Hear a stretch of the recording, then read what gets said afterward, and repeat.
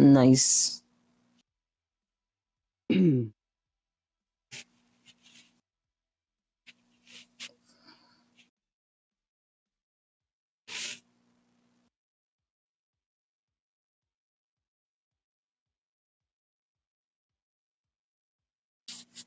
Yes. Do you think Tornado might be showing up? I know he said he might.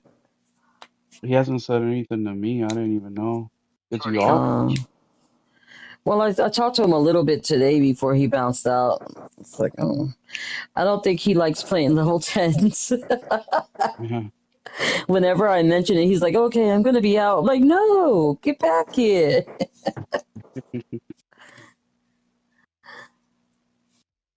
I know But he's Tornado loves down for a good. 7 or 8. What are you really getting extra if you go up to 10? Just the satisfaction, Yeah. honestly. I mean, and when we're running with other people, it's a lot more samples for them. But and that's what I do. I do it out of fairness. Like I want everyone that's in our group right now. I think we have like 19 people right now, which is a lot more than I ever thought we were gonna have. But I would like them to all be 150 like we are. I would like them to platinum the game like we all have. You know what I mean? Yeah. I want them to be enjoying the fact that they're just stockpiling up on super credits to get the next war on and everything. I want them to be pretty much OP, like they're always talking about we're OP. I'm like, you're gonna be OP too. Mm-hmm. I want to make sure that you run with us. Like by the time you run with us, you won't want to go back to fours and fives and stuff. You're gonna want to stay on 10 with us. That's what I was telling Dragon earlier today because they're like, "Oh, I'd rather be on level 4 bugs." I was like, "Nah. By the time you're done running with us, you're not. You're gonna be like level 4. What? That's bullshit." Yeah. Well, yeah, I'm level like 50, no, 70. I don't know. I'm like between 50 and 70, somewhere around there. hmm As far as I'm concerned, your level doesn't stop you from being able to learn and play fast and play well. Like I mean, we look at Jelly. I met Jelly when she was level 18, and now she's almost level 70. You Oh know, shit, yeah, getting it in. yeah, she is. Same thing with Handsome. I think Handsome is level 99 now, or 100 maybe. It's crazy. Yeah, it's But not hard now, to level up in that. yeah, and especially if you got people running with you, teaching you how to play the game and stuff. You start running Exactly. level 10s all the time, you're gonna be 150 before you know it. So me and RPG, what's up, RPG? How you doing, bro? Me and So, RPG ran level like 4 or 5. What's up, Dizzy? How are you, man? Level 5. It was like level 4 or 5. Not last week, Tuesday, the week when the new update came out, and yeah. we got fucked up. It was just us two. We got fucked up. Yo, Illuminates were crazy when we started running level 10s finally because we were running level 8s. And I was like, damn, this thing is harsh. And then we started telling each other what we learned. And once we got it down to a science, we were just running level 10s back to back. Helldivers RPG or Voyager, fucking pussy.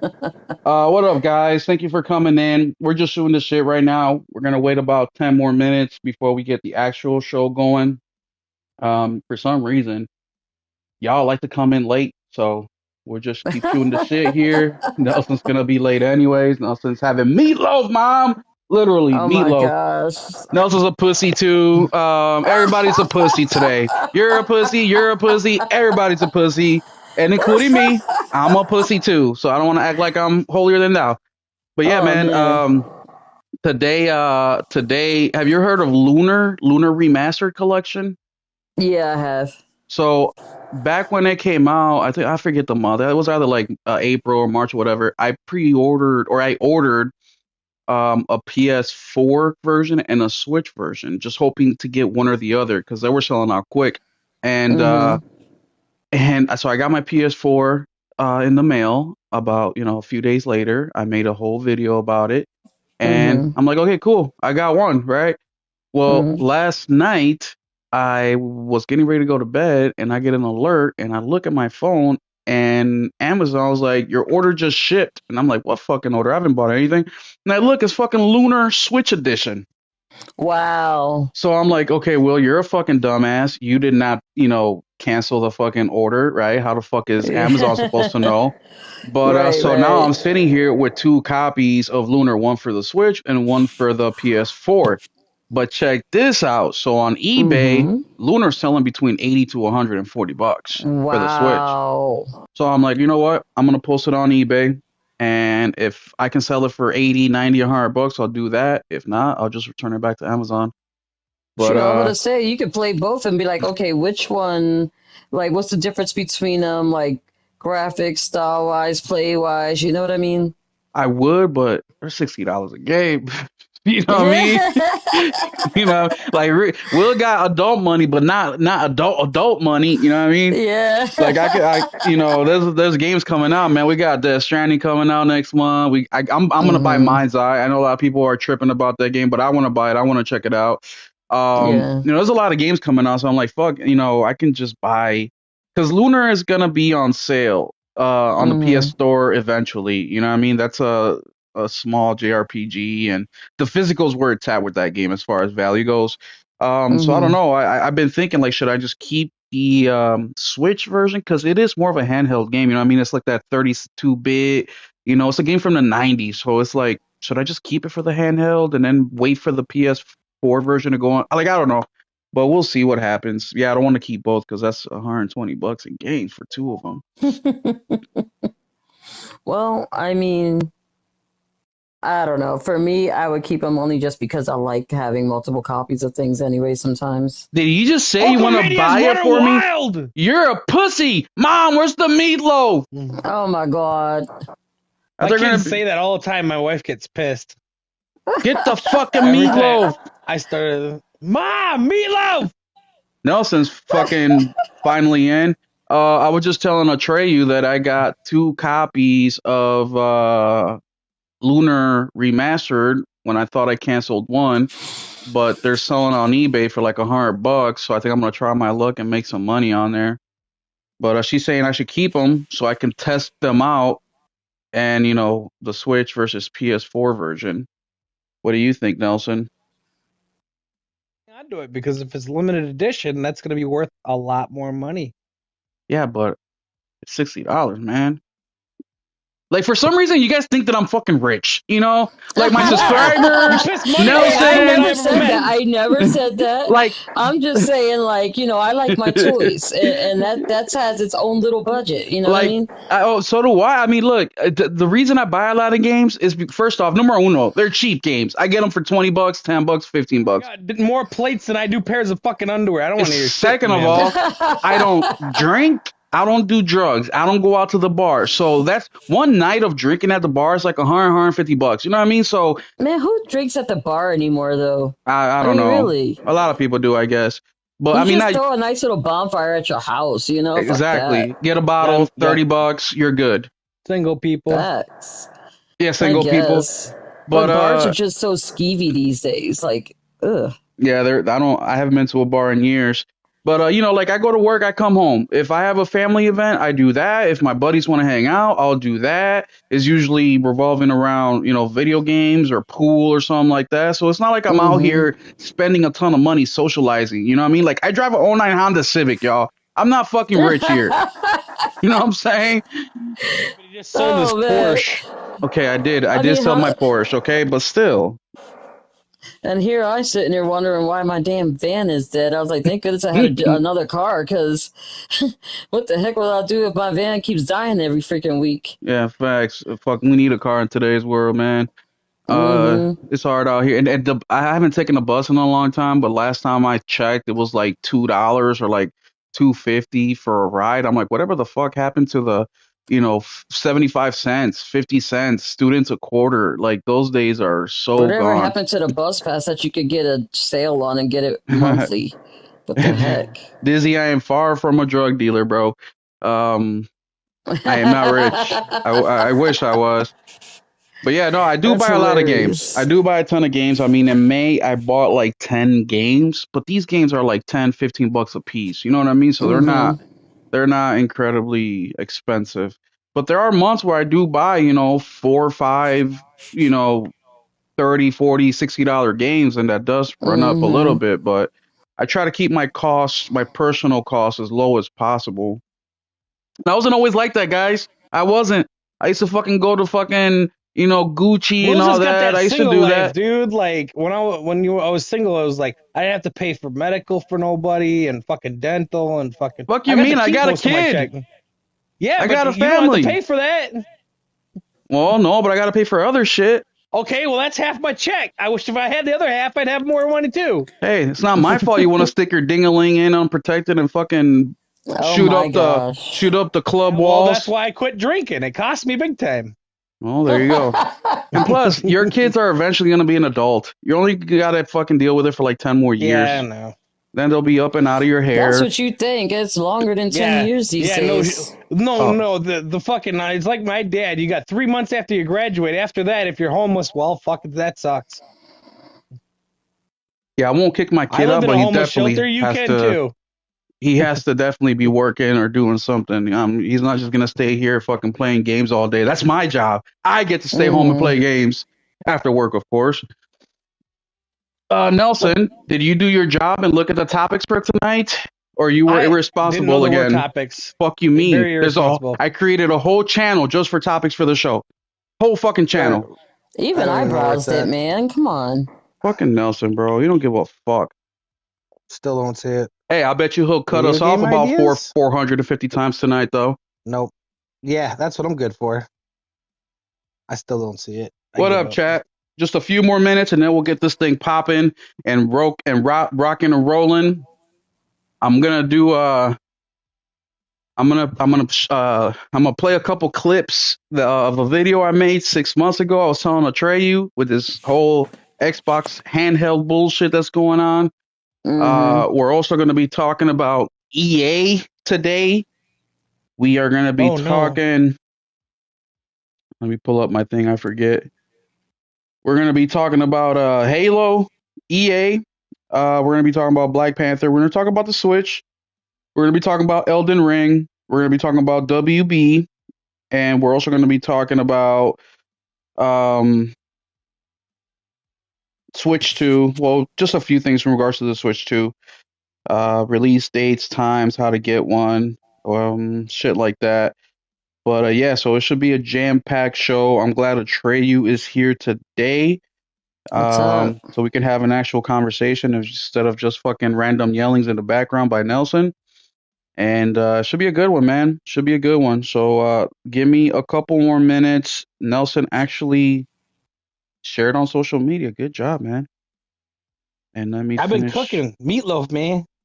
Let me finish myself sharing this. Look at mom the meatloaf. All right. And what's up, Dizzy? Once again, Voyager. Who else we got in the chat?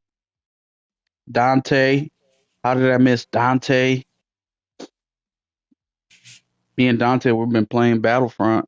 Have you been playing Battlefront at all, Treyu? No, no, not at all. I've been sticking most of my days at Helldivers and then all these other little side projects. Yeah, Battlefront fucking users went up, or gamers went up crazy amount over the last couple weeks, and Hmm. game feels Did something alive. happen? Was there like an event or something? No, no event. I guess people just decided to jump back in, and the whole wave started getting bigger and bigger, and social media, and now I think it was over at I think 15,000 concurrent players on Steam, which was Mm-hmm. higher than I don't want to say it's higher, but it's either like super close to release date or higher than release date or some shit like that.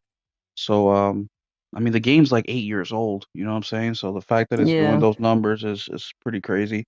But I played with Henry, I played with our Voyager 88, also known as RPG 88, and Dante, and man, we were having a good time. 2 3 hours back to back to back to back matches, no wait. It was fun. But that's a game I have over 700 hours in. You know what I mean? I love Yeah. Battlefront. The only multiplayer game. Oh, I shouldn't say that because I do have a ton of hours in Call of Duty 2018 or 19, whatever, which I don't know what that was. Mm-hmm. But yeah, man, tonight should be a good time. Is that Brett, Mr. That's Xbot Brett. himself? Yeah, I'm at work still, boys, but I'm on my last order, so I decided, well, you know what? Fuck it, boys. I'm gonna join. All I forgot he right. works Sundays. He works the third shift, I think. Hey, Yeah. Brett the pussy. Nelson the What pussy. I know you guys miss me. I know y'all miss me. It's okay. Well, we have a heavy topic, Brett, and Uh-oh. we got a lot of shit to talk about. And because of you, I'm gonna save the Xbox topic till you get the fuck out of work because we can hear so much background noise. It's not even funny. So when you get off Oh, my work, bad, bro. hop in, and then we'll go over the Xbox handheld because I really want to get a bot's I want opinion to on ask that. him if he's buying that Yeah, I'll Xbox be milk picture. about an hour.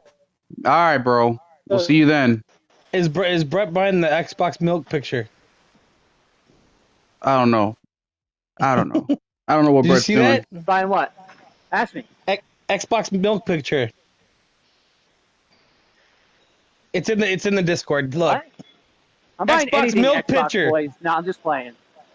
No, I didn't see it. Okay. Well, if you need milk, Xbox has got you covered. I love milk. All right, boys. I'll be back. All right. All right, guys. Let's get this party going. We'll get Brett back in here once he gets out of work. I appreciate making the attempt. And yeah, Dizzy, that was Brett. He's at fucking work. But let's get this party going, man. Thank y'all so much. What up, Henry? Nice to see you, Henry. Welcome to the State of Gaming podcast, where every Sunday night, me and my co-host, Nelson Gaming Culture, or should we change his name to fucking Bots Nintendo. or Nintendo Simp? And we do this show on Sundays. It's a show by gamers for the gamers. And look, I know y'all hear this shit all the time. The community. But we're for real in this fucking thing. We have a special guest, which is Atreyu. She was in here not last week, but the week before last. And I'm going to give her an intro real quick. But I want to take 45 seconds to talk to you, the chat, real quick. Because when I created this channel, I created it as a for real thing for the gamer by the gamer. All right. And if you want to come on here with us and shoot the shit and talk gaming, it ain't nothing but a DM. Just shoot Nelson or myself a DM. Say, hey, I want to hop on and we will get you in. I don't want to act like my shit don't stank like a lot of these fucking YouTubers out here who, by the way, don't even fucking play games. Fucking pussies. We see their wrap ups every fucking year if they put it up, and they're playing what 300-400 hours. My mom plays more fucking Candy Crush than that. Anyways, so I wanted to create a channel where real fucking gamers can get on here and have a discussion with each other and for real talk gaming. A lot of these dudes, man, they do it for the fucking money. They do it because they're attention whores, and they don't fucking play games. So here is the opposite. And I want to send the invite to You know what other guys. gamers I love? The ones that bitch about the price of a game, but then they just play free-to-play games and spend thousands on that one game. Thousands. That Big shit, whales. That shit Crazy. don't make that shit. Why the heck would you spend that kind of money on a game? I don't know if you know who Gaz is, but I laughed my ass off this one time. He was like, "Fucking what's that game from Bungie coming up? $40. $40. There's free to play games out there." Yeah, he was bitching about Marathon. How $40? Are you fucking crazy? There's games out here free to play. And then like 2 minutes later, he was like, "Man, I've spent $836 on fucking Apex Legends." Wow. And I'm like, and you're worried about $40? Jesus. Like, Yep. So fucking- a whole bunch of hypocrites, and look, we're all gamers, so we're all a little bit of hypocrites ourselves, right? But they take it to a whole other fucking level, man. We have dudes that are podcasting for 6-7 fucking hours, and then in the same breath want to say how they're too busy to fucking play games. Like, I just do not understand it. We have some of the biggest YouTubers in gaming that make really good money every year and can't play games because they're quote don't have a unquote job. busy. They got all day. Like, what? I got a fucking full-time job. I work 50 hours a fucking week and I still gain more than you. Like, what the fuck are you talking about? So I'm serious. If you want to hop in with us, just shoot me the DM, shoot Nelson the DM. We'll get you in here, man, for real. Also, join our Discord, guys. That is the best way where you can talk to me directly.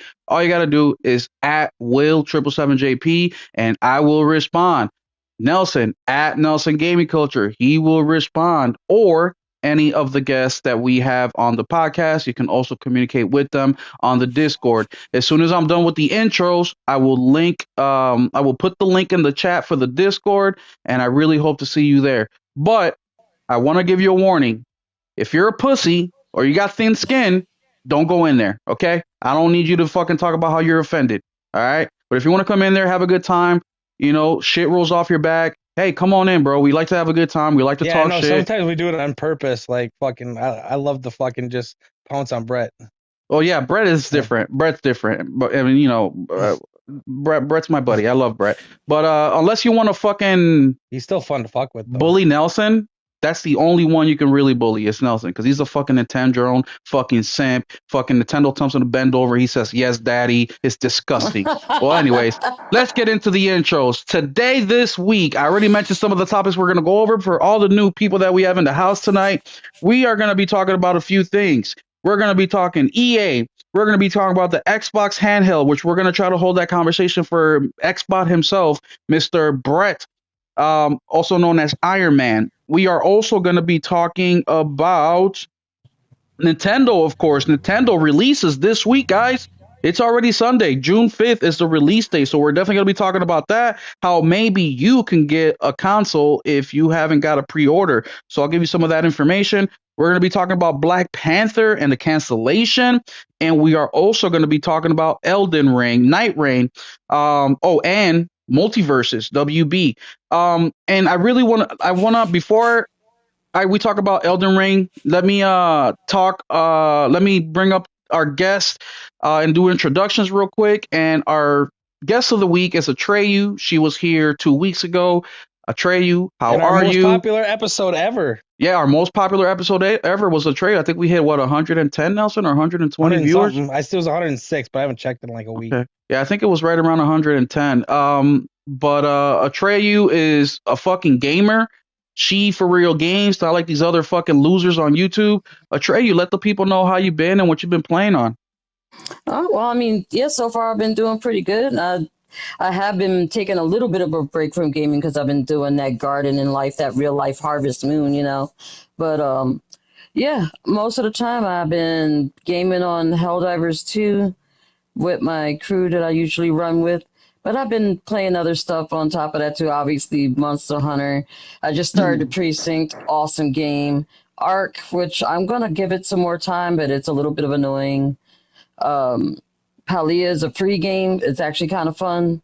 Tiny bit of Space Marines, and I just started Fantasy Life today, which I absolutely love. So yeah, I mean, most of the time, if anybody wanted to hit me up for some hell diving, I mean, just DM me, obviously on the Discord, and we can get some games on.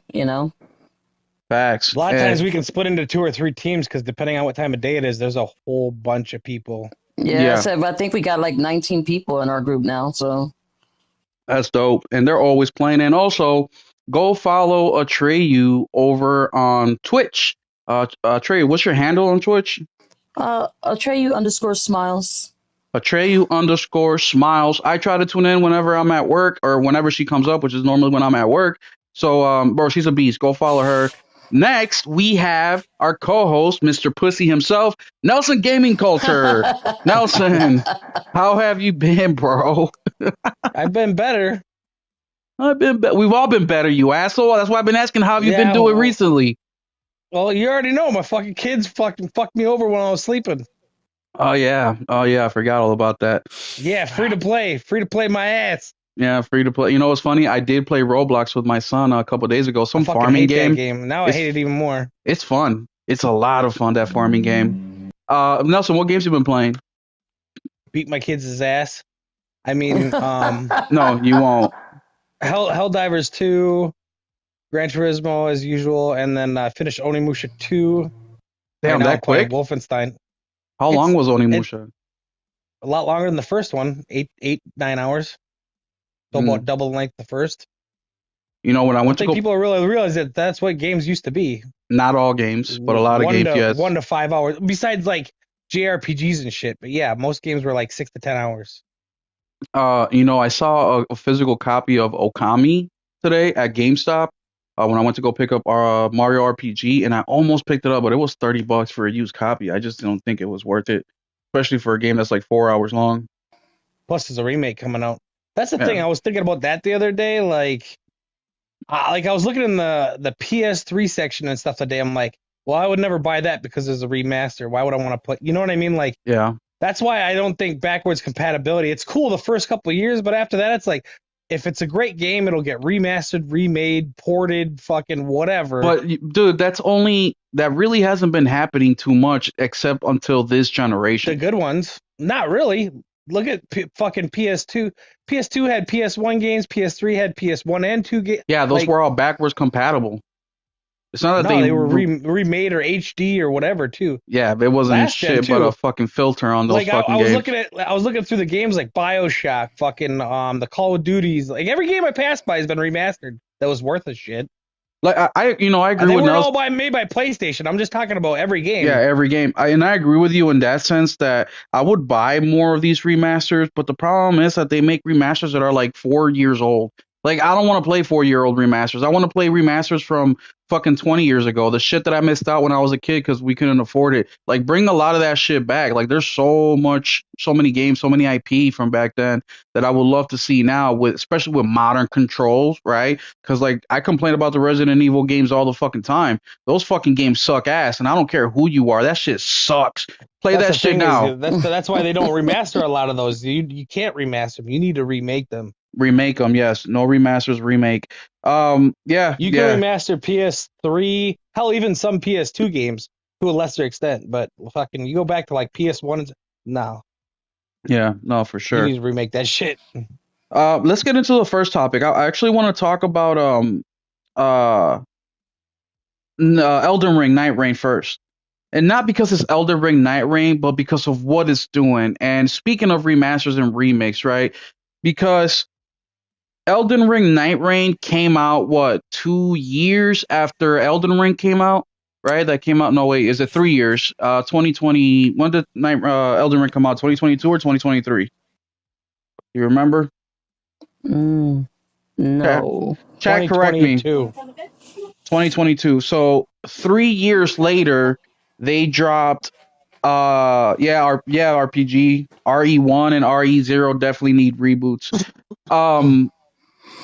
So Code 3 Veronica. Do you see how much that Code Veronica? I didn't realize how bad that sold on fucking GameCube. That bitch for a used copy was like $150 today. Well, the GameCube sold poorly anyways. Thank you, Lyoko Cypher. Veronica's good. I played it on Dreamcast, but it pissed me off because it came in 2 discs, and the first disc I beat, I went to the second disc, and it never loaded. It would never load, no matter how many times I tried to replay it or anything. So I got so pissed off, I never beat the game. Oh shit. Yeah, I'm the same way with a lot of those fucking games. But thank you, Lyoko. He said February 2022, which was the same month that Horizon Forbidden West came out, which is one of my favorite games this generation. But I want to talk about Night Rain because the game came out 3 years after Elden Ring came out. And something that FromSoft did with this game is they used a lot of the same assets to create Night Rain. And Night Rain sold 2 million copies in the first day. Dang. 2 million. Now, yes, there's some people out there that don't like the game. They don't like the multiplayer aspect of it. They, for whatever reason, they don't like it. And hey, it's valid. Not every game is for everybody. And then you have other people that absolutely love it. I've seen people who did not like Elden Ring or don't like Souls games, but because it is a multiplayer game, now they're warming up to it. So it's bringing in some new audiences. It's bringing in a lot of the returning audience. But the point is, the game is doing really, really well. And those were just first day numbers, right? I can't wait to see what next week, Sunday, the numbers will be then or at the end of the month. But Sifu did come out at that point as well, Lyoko. But the impressive part about Night Rain is that 3 years, they came out with another freaking game a more budgeted game, right? Because Night Rain is $49.99, not the full blown $60 that Elden Ring came out at, but they're making a killing right now. So my question to you guys is, back in the PS3 days, we used to get whole trilogies, right? We used to get fucking Halo 1, Halo 2, Halo 3. Well, not Halo 1, but Halo 2, Halo 3, and a couple other Halos within the same Xbox generation. We got Uncharted 1, 2, and 3 all within the PS3 generation. A lot of IPs got their hey, Mass Effect, BioWare, all these developers came out with trilogies of games within 5 years. Yeah, it's crazy. You know how long the last Dragon Age took compared to that was 10 years. Yes, but a big reason of this is because they're not reusing assets. And Atreyu, let me start with you. All people do is bitch when anyone reuses assets. I don't understand that. Atreyu, let me start with you, not Nelson, unless Nelson's name's Atreyu. What do you think about I'll butt in. reusing assets? Do you, especially in today's world, how they're bitching about money and how shit's more expensive? Why are they gambling everything on live service and not trying to use the assets of their last hit? You have to think about it this way. Live service, it generates a lot more money than people really think. And this goes back even to like the early days of, my playing MMOs and things like that. And they had like cash shops, which, I didn't even know existed until I played my first MMO. And basically, if they all these little tiny cash, infractions, things that they get in there, it winds up generating so much revenue that they don't care if that live service game is even up for a month, because it's going to like topple anything that they did to begin with just to make that money back, or even split out even. They're never really going to tank totally out of it, because there's tons of people who want to play money in order to like actually win instead of actually like getting good at the game. Now, for me, that's why I always say when you have like little shops and things like that in your game, it should only be for cosmetic. It shouldn't be so that you can get an edge on somebody else or better in the game for some reason, like extra gear or whatever that can help you go further faster. I think that's just hog shit. But honestly, I just I really like feel that hog shit, not dog shit. Yeah, it's hog shit. So basically, I think that's why like the live service games are the way they are. With that being said, I think there's something to be said for the fact that people do want to play with each other, and a lot of these live service games give that opportunity to you. But again, like I said the last time, I think they're missing the element that we want, which is we want to play together, not always against each other. So I think some of these games now are starting to realize that, and they're implementing that. Oh, you could play with up to 4 people, up to whatever. Some misconceptions like there was a vampire game I bought recently that I really absolutely hate, but it said you could play with up to 99 people. But that Vampire Survivor? No, it's not Survivor. It was a different one. Basically, you get to build your own castle, kind of like one of those survival things and stuff. But that's RPG's favorite game. That's I forget the name, but yeah, I know what you're talking about. But I was pretty upset because V-Rising. They're like, you can pretty much like play with up to 99 people. And I'm like, yeah, 99 people on the server, not 99 one of your friends. Not that you would play with 100 of your friends, but I was just like, I wanted people to play with in the game, but none of my group actually got the game, even though they said they were going to get it, But I haven't touched it actually since like the first day I played it, sadly. Well, that's why like developers like who did It Takes Two and Split Fiction, when they do that buddy pass, is extremely important, because now your buddy doesn't have to get the game. They can just get the buddy pass, and now you have somebody to play with. Yeah, absolutely. And does it hurt their sales? I mean, by how much? We don't know these answers, but fuck. You know what I mean? And let me tell you, the replay value on those games are great, because I've beaten those with my friends like multiple times over. So yeah. That's something that we forget about in these day and age with the games, as well as the replay value. Like sometimes you play a game and you toss it to the side, and that was the end of $60. So that being said, with the live service, and what's up, War? How you doing, bro? Thank you for coming in today. Thank you. Hold up. Thank you, War. Thank you, Dizzy. Thank you, Dante. Thank you, RPG, for saying V-Rising. I appreciate all you guys. Right. But the So we understand that with the live service stuff, but there's so many games from the PS2, PS3, PS1 gen that were co-op. I mean, the N64, I mean, was revolutionary in that sense that it was the first time where you can play four players on without having to get an adapter or anything like that. You can just stick them Mm-hmm. in. So when we're talking about reusing assets, like shout out to FromSoft with doing that with Night Rain, why can't I mean look, when we all bought Halo, Gears and all that, or whatever PS3 game, every game they Mm-hmm. came out with, even though it was a PS3 game, looked a little bit better. It played a little bit better. It had a little Mm-hmm. bit better gun, a little bit better skins. Why can't we do that now? We can still do that now. And I think for the most part, what it is that we don't like them reusing the same things over and over again is when they take one game and then they make another game exactly like that game you just played, but they just stick a different name on it and maybe some different cosmetic. And you're like, that's cheating. Yeah, Get your own shit. You know what I mean? So if you want to do like, 500 Halos, go for it. Use the same mechanics, use the same, gun mechanisms and details and stuff. Go for it. But don't turn around and like, oh, well, then I'm going to make this game over here and change the name from Halo to like, I don't know, Paleo or something. And there you go. yeah, It pissed me off. Like, I don't want to do that. That's kind of like just rehashing someone else's work, you know? that's true. And I think these developers, let me go to Nelson. Nelson, what do you think about reusing assets with current games and why they don't do it more often? I've never been one to bitch about it. I think it's a great idea. The only thing is, a lot of things do it too long. Like it's kind of like I like how Sony usually does. Like a game's really good and they make 3, 4, 5 of them or whatever, and then they move on to something else. Or Yeah, like God of War, they completely reinvent. Because as much as I love the old God of War, like I've had enough. Kind of like Assassin's Creed, like they try to change it up, but they just came up with so many, I just got burnt out. It was like I was just replaying the same shit over and over and over and over. You know? Yeah. yeah. I think that one of the biggest, and correct me if I'm wrong, chat or you guys, I think that a big issue some of these developers have is honestly it's a skill issue.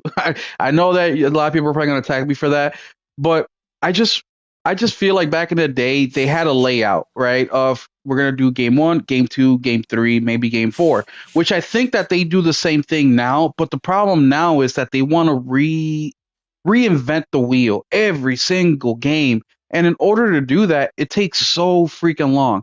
I also think that we're getting to a point in time, and thank you, C Fresh, for bringing this up, is that a lot of these game engines are really starting to age out, and we can really see this shit. A lot of the games are poorly optimized or running like shit. Like Capcom, they make different IPs.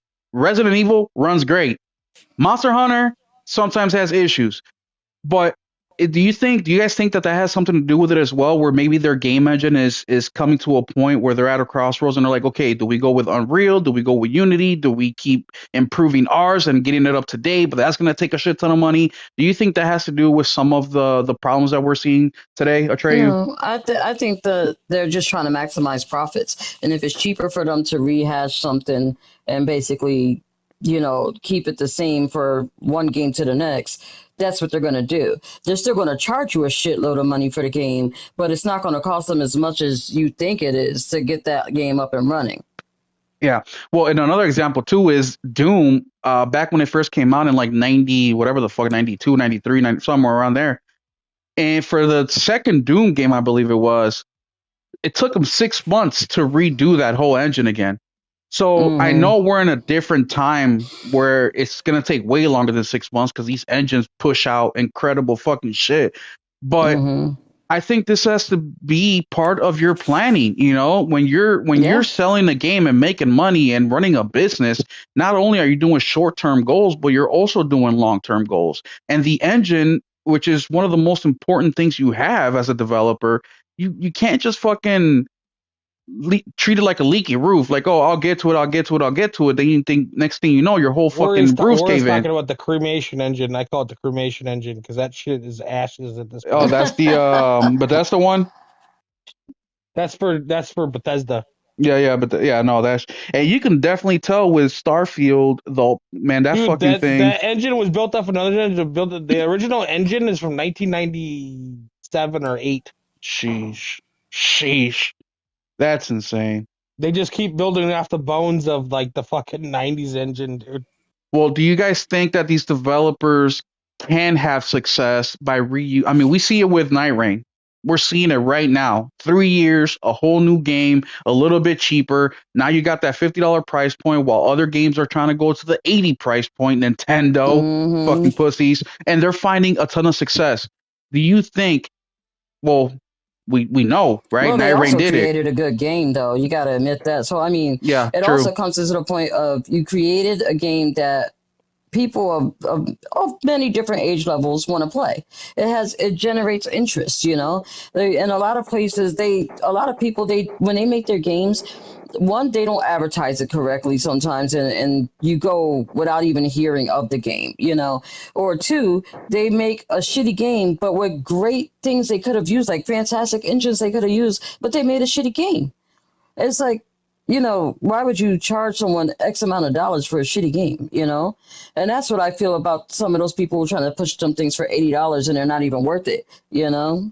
Yeah, well, that's my problem with Nintendo. It's not that their games are low budget fucking cartoons. It's that they want to charge $80 for low budget fucking cartoons without voiceover. Exactly. That's my fucking problem with them. Like, I look, mean, case in point, look at Fantasy. Like, this is one hell of a good game, I think, yeah, and it very much could just be a Nintendo game with you know, the art style and the graphics and everything like that. But the game is really freaking good, you know. yeah, That's something they can get away with, but you don't see them making good games like that over at Nintendo. They don't want to give you a good quality game, but they still want to charge you like it is. oh man, yeah. Let me catch up with the chat real quick. C first says the engine from Softstop is getting old. I already said that. War Wanna says, yo, Halio sounds good though. I think you're onto something. Not to mention, Night Rain is a new director's first attempt at a game of his own. It's a risk from the get go, and it paid off. And he used all the tools available to him to create that game. And 2 million day one, that's insane. Lyoko Hmm. Cypher says a lot of people don't seem to understand developers only have one job, and that's to make the game. So I don't blame them for when the game is bad. Yeah, no, I agree with you, Lyoko. That's more of management, right? They decide the type of game that they're gonna make and stuff like that. And also the polishing aspect of it. They're I'm not gonna let one of my employees put out a product on the floor if it's damaged, if it has issues, if it's not working properly. That's management's responsibility as well. So I agree with you 1,000% there. Lyoko also says, I believe people like the executives or publishers that control things like the date game release, or the people who manage that don't listen to the fans. And no, we've seen that over and over again, specifically this console generation, where I mean, look at Dragon Age is a big one. They are out here saying that there's a nerd cave and they basically don't have to try because the nerd cave will come out for any RPG they put out no matter what. And it's the new people they got to try to get. So they have a disdain for the gamer like us who have been a fan of these games for so long. It's basically they see us as a automatic. They think they don't have to earn our business. And thankfully, Veilguard failed, and now it hopefully it wakes them up a little bit. Um, Dizzy says, FYI, Red Faction 1 and 2 are on sale for a couple bucks right now. Yeah, go get that, guys. I own it for the PS3. Awesome game. Anything else you guys want to talk about? Night Rain, the sales numbers. Have you guys played it? Have you played it, Atreyu? I have not played it yet, actually. I was thinking about grabbing it up, but you know, I think I was talking to a couple of the guys on my group about what games they're playing because I said if they play it, I'll play it too. We'll like hook up and, you know, basically run teams or whatever you want to do. But Mm-hmm. because I have this thing where lately now I like playing co-op games a lot, and playing games by myself it just gets really boring even if the game is good. You know, I'm just like, okay, I'll put it down for a little bit. I'll come back later. But if I'm playing with somebody, I can be on there for hours. So I'll pick it up and I'll get to it, but I need to start beating some of these games too because I'm starting to collect them without beating them. So, Yeah. what kind of gamer would I be if I don't beat my games? Hey, I beat games all the time, Yo, and I'm shout with out to that. Dizzy Delta 225 But what? for Red Oh, Faction yeah, bro. 225. He said a couple bucks. Yeah. I didn't think he was actually meant like. I thought he meant like $7 or something. Yeah, no. Well, that would be like a Wow. few, right? A few bucks, right? Or Yeah. Yeah. Yeah, fucking but I never Nelson. actually see anything for a few Go bucks. back Few to bucks to me is like school. 14. Yeah, that's right in the wheelhouse of digital games that I buy. It's like, $5, $3, $10. That's where I like this because I feel like digital games is a throwaway. Or you're throwing away your money, which is something we're going to talk about next. WB Multiverse shut down May 31st, which was Saturday night. And they did this thing, which I appreciate them for. If you log in between, I think it was beginning of April and end of May 31st, you Mm-hmm. could re-download the game whenever you want and play it offline. So I thought that was pretty cool. I was at work when I saw the news and I'm like, oh shit, it's the last day of May. I had a family member turn my PS5 on so that the game can install. I had them go in there and click on it. So I log in and now I have it as part of my library, right? But this is just another example of physical games being kind of a fucking piece of shit in a way. We see that more and more often. We saw that earlier this year with Astrobot, or not Astrobot, Sackboy. Sackboy 3, it got delisted from the PlayStation Store. So the only way you can get a copy of that game is a physical copy. Now, if you already bought the game and you own it, you can download it as many times as you want. But if you're my Mm-hmm. son, right, who's 9 years old and he becomes 14 and he sees something about Astrobot. And he's like, oh man, I love Sackboy's like, I love Sackboy. I want to go back in there and play the older ones. Well, he can't, right? Because they Yeah. got delisted. And even as far back as the PS4, because that's when that fucking game came out. So what do you guys think about that? I mean, WB obviously did us a favor with that, but we've been seeing this more and more and more often where games are getting delisted. Another one, it's X Defiant. X Defiant got delisted, I believe, last month of 2024 or early 2025. And if you had it, you can still play it up till June. But what do you guys think about that? You buy a game, whether it's free to play or you actually buy it, and it gets delisted and you have no access of that. Do you think there should be some regulation, or do you think the studios are in There their really right? should be. That's not right for you to pay so much money for a game for them to then take it away from you. Like you literally paid to play this game. Like I don't understand how it's possible that they could then say like your 50, 60, whatever dollars is null and void. Like there has to be some if they don't give you access to play the game, then you need to have some sort of credit to be able to buy a game of equal value. You know what I mean? They have to compensate you in some way. Yes. And we see the big stink earlier this year with Need for Speed, and we saw that with a couple Ubisoft games. But that's just another part of the all digital world that we're moving into. And like I said before, it's not that I hate digital because it's digital and I prefer physical. I prefer Mm-hmm. physical because it's the way that I can guarantee myself of having that game, owning that game, playing it the way it was intended, the artistic vision it had. There's no censorship. Where it's digital, they control all that. There's nothing that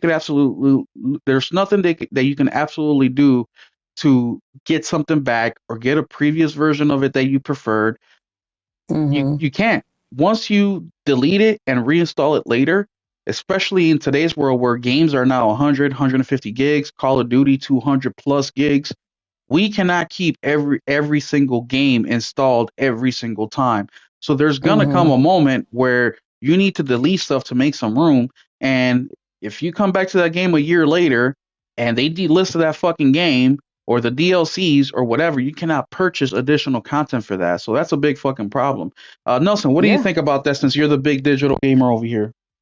I don't really know how you can expect someone to keep live service shit going forever if it's not making money, though. To be honest Not with just you. live service stuff. I just said Sackboy is one of them too. Yeah, but it's just the creation levels. You can still play your game. Understand that you can play your game, but you cannot buy Astro or Sackboy anymore digitally. Well, you can't physical anymore. There was new Yes, you copies. They don't can. make new ones. No, you can't. Yeah, you can still buy it. You may not be able to buy it from the developer or the Well, publisher, that's what I mean. but you can still buy it. If you W- can find it, yeah. Yeah, and they're cheap. I just bought a copy for $15, brand spanking new. So why can't digital give us a pre-owned, a pre-owned portion of the store so we can buy, sell, trade with each other? I don't know. I bitched about that years ago, but it'll never happen. Actually, Xbox was going to do that, but then people bitched about it. So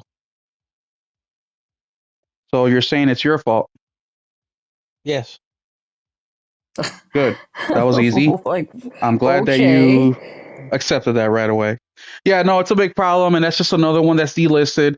So we'll see. WB is in a very tough spot, man. They had a Suicide Squad fail big time last year. The game hasn't been able to recoup. They laid off a whole bunch of people. They closed a couple of studios.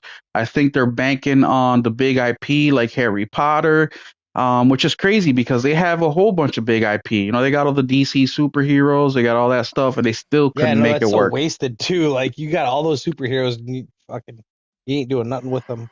Everyone else that wants to make a superhero, that's why you see a lot of them getting canceled, is because it costs a fucking arm and a leg to make that shit with licensing. You have the license in your pocket, and you still don't do nothing with it. Right. You don't even have to pay that 25% in the licensing fee. Say it's $50 million plus 25% of all your sales. You don't have to pay that. No. And you still don't do nothing with it. That's fucking crazy to me.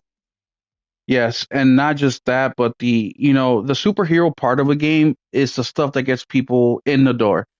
The good game, or it being a good game, is what gives you that word of mouth and people telling everybody that, hey, you got to play this game. Like Guardians of the Galaxy, that game did not start off hot, but it did grow over time, and it did sell. Well, it didn't sell enough, but it still sold way more than the first couple months did, which in video game world, the first couple months is where you're going to get the majority of your sales. Guardians of the Galaxy was not like that at all. Guardians of the Galaxy was in reverse. They sold a big portion of the copies towards the latter end of the popularity of the game. Nobody trusted it after fucking Avengers. I didn't. Avengers. Not me. I bought that game day one. I remember I was in Vegas on Avengers vacation. Day one, and I was like, I should have waited for this to be like $20. I pre-ordered that fucking game digitally. I bought it physically. I absolutely loved it. Guardians of the Galaxy are my favorite superheroes. But anything else you guys want to talk about? Live service ending, physical, digital, anything like that? I have a problem with live service ending games because people tend to dish a lot of money out in those type of things. And I know about me, the only one time I ever had a game canceled on me that I put money into, I only did it for cosmetic. I didn't do it for anything else. And I was really like upset over that because I was buying all these outfits for my characters. I was like, man, this looks great. I could personalize my style and everything. And as soon as they canceled, I was like, all that money I spent for what?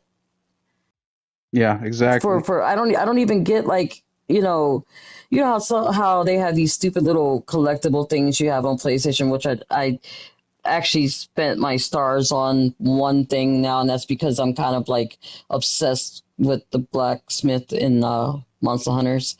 But yeah, other than that, I don't buy those things. But at least even if I had that as a memento afterwards, it would have been great. But you had nothing. Yeah. No, I don't really buy into the whole live service thing. I mean, I'll play it if my buddies ask me to, but I ignore it like the plague. I really do.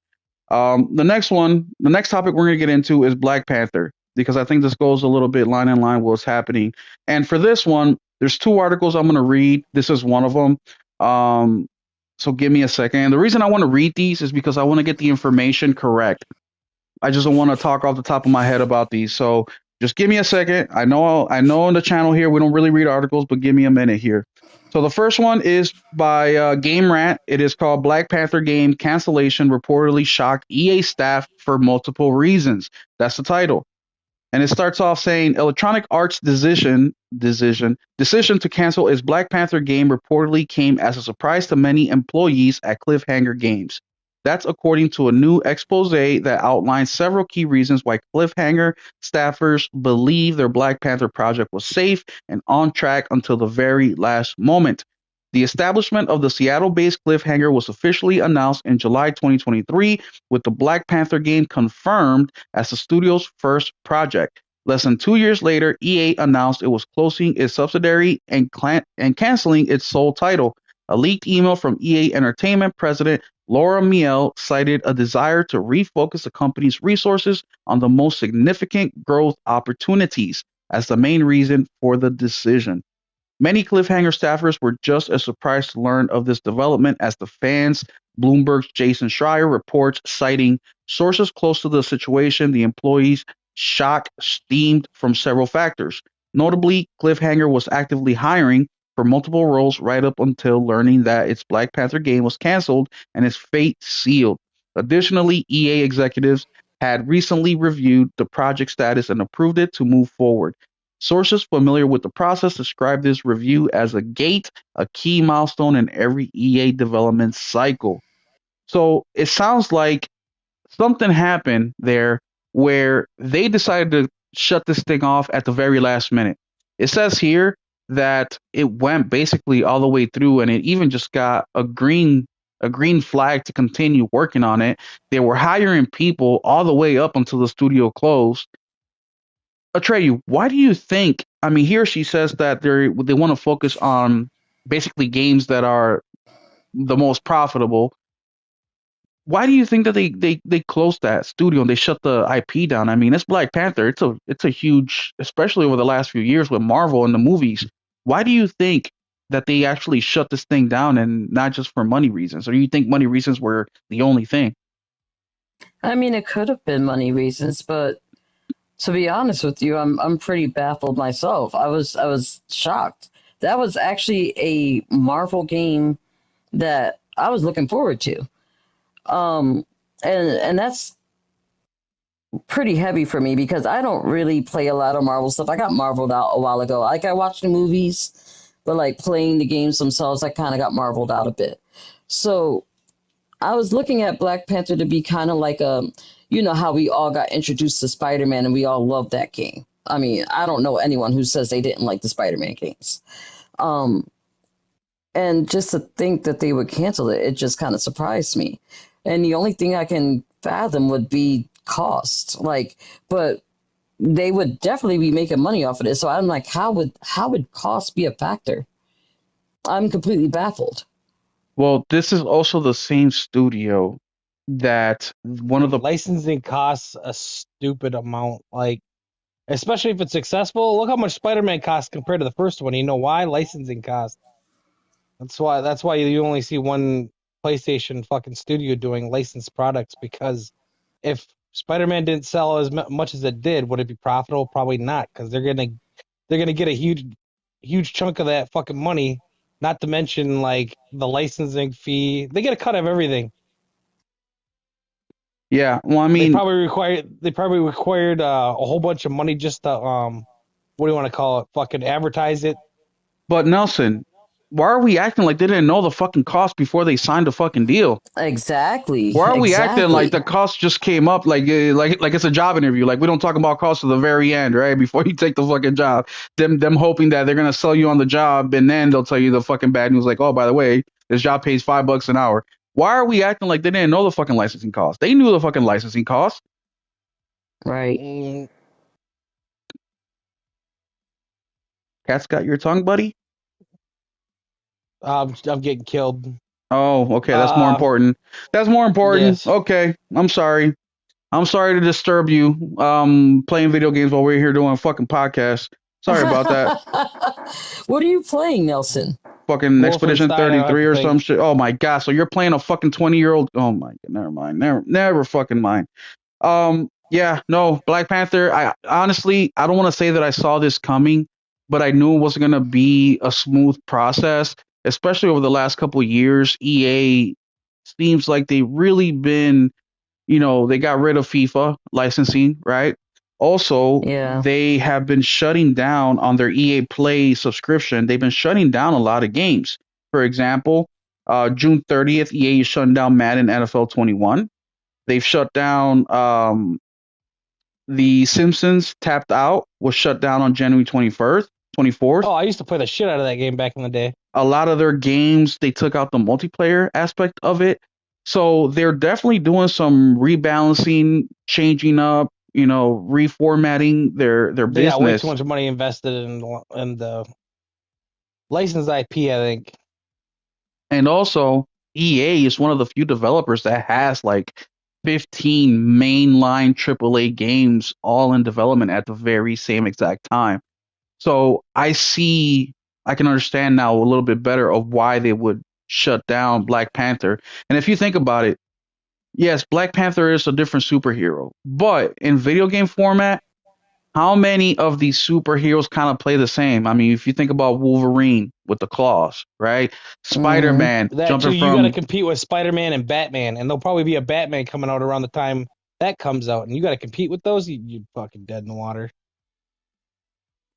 I don't know how you can say that. You don't even play these games. You fucking play 16-bit games all the fucking time. I've beaten both Spider-Mans. I've beaten all the Batmans. Fuck off. Sure. Multiple times. Okay, whatever you say. But yeah, it's gonna be suck, man. I'm a fan of Black Panther. I like Black Panther. It's not my favorite superhero. I don't really have favorite superheroes. The superhero genre is not something that I'm like, like other people. They absolutely love it. Not me. If they come out with it, cool. I'll play it. If not, I'm fine too. But I don't like games being canceled. I like to play all sorts of games, and there's always a game that I may not think I like that I absolutely end up loving at the end. So it just sucks in general. Anything else you guys want to talk about Black Panther or EA? Oh no. When it comes to EA, I've been disappointed with them, so I kind of stay away from them a little bit. All right. Let's talk about Summer Game Fest a little bit because Summer Game Fest Yes. comes or streams June 6th at 3:30 p.m. Central Standard Time, 4:30 p.m. Eastern Standard Time, 1:30 Pacific Standard Time. And I lied. There's 3 articles I want to read. This is another one. This one is from another one from Game Rant. It says Summer Game Fest reveals participating partners, including the return of a major company. And it starts off here saying the majority. Hold on, let me catch up with the chat before I move on to this article here. See you guys going ham in the chat. Thank you. We have the from Dante. The model that has been consumer friendly is PoE, PoE 1, PoE 2 cosmetics carried over from 1 to 2. He's talking about the live service stuff. Hero, the game on my screen is Robot Quest.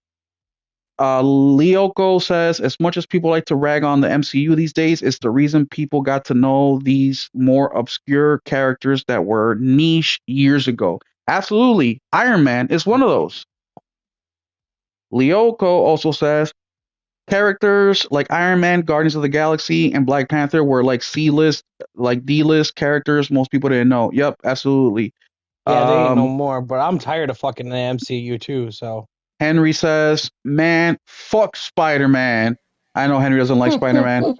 Hero says, I got a feeling another publisher will buy Cliffhanger and the Black Panther license just like that. Xbox Studio was saved after the shutdown. I actually don't think that's going to happen, Hero. And the reason why is one of the leaders, quote unquote leaders of Cliffhanger, put out a video last year when she was getting interviewed. And she said that in her studio, they didn't hire any white people, so the staff feels safe. And their studio is all diversity. Yeah. Yes. So yeah, I don't think any they don't fucking like males either. The only males that they have that were working there is that gay guy. The gay guy, He yeah. had to be gay and black. Yeah. Wow. So I don't think nobody's gonna be looking. One wasn't good. They had to be both. Yeah, I don't think they're gonna be fucking buying them. Good. Fuck them. Like I fucking hate that, bro. Like, how are you gonna characterize a whole fucking race of people or a whole gender? Like, you're a piece of shit. Like, fuck that bitch. Who else do we have here? No way Iron Man was C tier. Yeah, bro, Iron Man was C tier. Voyager says Rocksteady needs to make the next Batman game, Batman Beyond. EA needs to build an Anthem reboot or Iron Man game built off that skeleton. Some good ideas there. That's what they are building. That's why I think Iron Man stays, is because the flight mechanics, as much as people rag on fucking Anthem had one of the most potential of any games I've ever played. It wasn't done. They put that shit together in 18 months because they had no idea what they were making the whole time. Anthem had serious fucking potential. Lyoko says, wouldn't it be cool if a studio like Naughty Dog made a Deadpool or Punisher game? I think Naughty Dog could pull off a Punisher game, especially with how gritty their games are. I definitely think they can do it. A Deadpool game, I don't know. I mean, I own the Deadpool games that came out on PS4.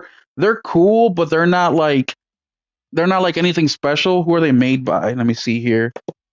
They're made by Activision. So High Moon and Activision published it. They're okay. I mean, they sell for a shit ton of money nowadays. I don't know why. I guess it's because it's limited. But yeah. So I don't know. But a Punisher game for sure. Let's see. 3:30 Henry. That's the Summer Game Fest, which I'm gonna get into right now. So the article says here the majority of companies participating in the Summer Game Fest 2025 have been officially revealed, with one of the biggest surprises being the return of Nintendo. The Japanese gaming giant has been skipping Summer Game Fest for years, but it is now poised to come back to promote its upcoming console. And after this one, I'm going to go ahead and talk about something else because it's very interesting what's happening with the Switch 2 lately. True to its name, Summer's Game Fest has been taking place every summer since 2020. Organized and presented by journalist Jeff Keighley, in the 2025 iteration of Summer Game Fest is scheduled to kick off on June 6th. I'm going to try to stream that live, guys, by the way, so keep an eye out. As is, All right. And if I stream it, it's going to be on Discord. It won't be on YouTube. So hit that Discord link, sign up. That way you guys can hang out with me and the boys and Atreyu if she wants to join us that day. As is tradition, Yeah, probably will. The organizers started revealing this year's partners about a week ahead of the event itself. The first 57 the batch of confirmed participants includes 57 companies ranging from Amazon Games and Developer Digital to Square Enix and IO Interactive. Among the biggest surprises is Nintendo returning to the event for the first time in years. The Japanese group skipped the 2023 and 2024 editions of Summer Game Fest, opting instead to reserve its last two summer announcement wave for standalone Nintendo Directs held in mid to late June. And here we have a list of all sorts of people from 1047 Games, 2K, 505 Games, Atari, Bandai Namco, Bellring. I mean, the list goes on and on and on and on. While the list of participants mostly features company names, Nintendo is listed as Nintendo Switch 2, suggesting the gaming giant is attending Summer Game Fest 2025 specifically to promote its next-gen console set to launch one day before the event on June 5th. Its involvement in the upcoming showcase does not necessarily rule out the possibility of another Nintendo Direct happening next month. The company has held at least one such event every June since 2011 and often hosted more than one. The likelihood of this pattern continuing appears even stronger in light of a recent industry insider prediction that another Nintendo Direct is planned for around the time of the Switch 2 launch, i.e. early June 2025. And then they say here that another Summer Game Fest participant is CD Projekt Red, the Cyberpunk 2077 developer. And okay, that's it. I'm going to stop there. But Nintendo being at the Summer Game Fest is interesting to me. Before I go into my little Nintendo rant and say why it's interesting, Atreyu, what do you think of Summer Game Fest? Is there something you're hoping to see? What do you think of the show itself? Just let me know what you feel about Summer Game Fest. I love Summer Game Fest to begin with. I mean, it's just all around great to like basically show off the stuff that you got coming. It gets people hype, you know? Gets the people going. Exactly. What I don't understand is Nintendo. I'm like, usually when you go to something like that, you're trying to show something like spectacular and new that you want to show off. You know what I mean? And I'm like, so what are they going to come and show off? Like another Mario Kart or something? Like, what are they coming to show off? Are they just showing off the console that, I mean, what? You put a bow on Switch 1. I know I said that before, but it's the truth. Yep. So what are you really going there to show off? That you got to have something that's going to captivate your audience then apparently that you're going to, maybe they kept some things a secret. Who knows? Because, I mean, if you guys realize this is the first time that Nintendo had let leaks come out all over the place. And you know it was them. It wasn't like, oh, someone did it. You know they did it. So I'm like, you know, usually Nintendo's hush about everything they do. So if there's something that they're hiding, maybe that's a thing. But I highly doubt that. They're not. Nelson, what do you think about Summer Game Fest? Are you expecting to see anything there or just anything about Summer Game Fest? Summer Game Fest is usually very disappointing for me. The Game Awards is a lot bigger, but goodness. Well, it is. Haven't you Everything's fucking disappointing to you. No, I did, and it's awesome. I love these shows. I think they're Well, awesome. I love them too, but that's the point. Is I don't have high expectations for many of them because there's so many of them. I'm gonna tell you, no, there isn't that many of them. A handful out of everything. There isn't that many of them. And second, the reason why you are bullshit. There's usually one for Capcom. There's usually one for Bethesda. There's okay. Who the fuck watches one for Capcom? Me Or Square Enix? Capcom's the fucking goat. No, bitch. they're not. They're not. And I'm gonna tell Yes, you they why are. you're disappointed every time. It's because you work third shift. So by the time you wake up, all the news came out. So you already know what's in the show. So when you rewatch it, you're like, oh, I already knew that. I already knew that because you saw it on Twitter. But if you went in there blind and not look at your phone, you'd be fucking surprised at how good some of these shows are. Blind because I'm off on Fridays, bitch. Okay, well, good. We'll see. Okay, anything else you gotta say about that? No, when it comes to I'm looking forward to like watching the Game Fest with you guys. Because I haven't seen an expo in a long time. Yeah. So this will be pretty interesting to see what they got coming up, honestly. Well, I'm gonna tell you. Well, this is Will Conspiracy Mode time. This is Will Conspiracy Mode time.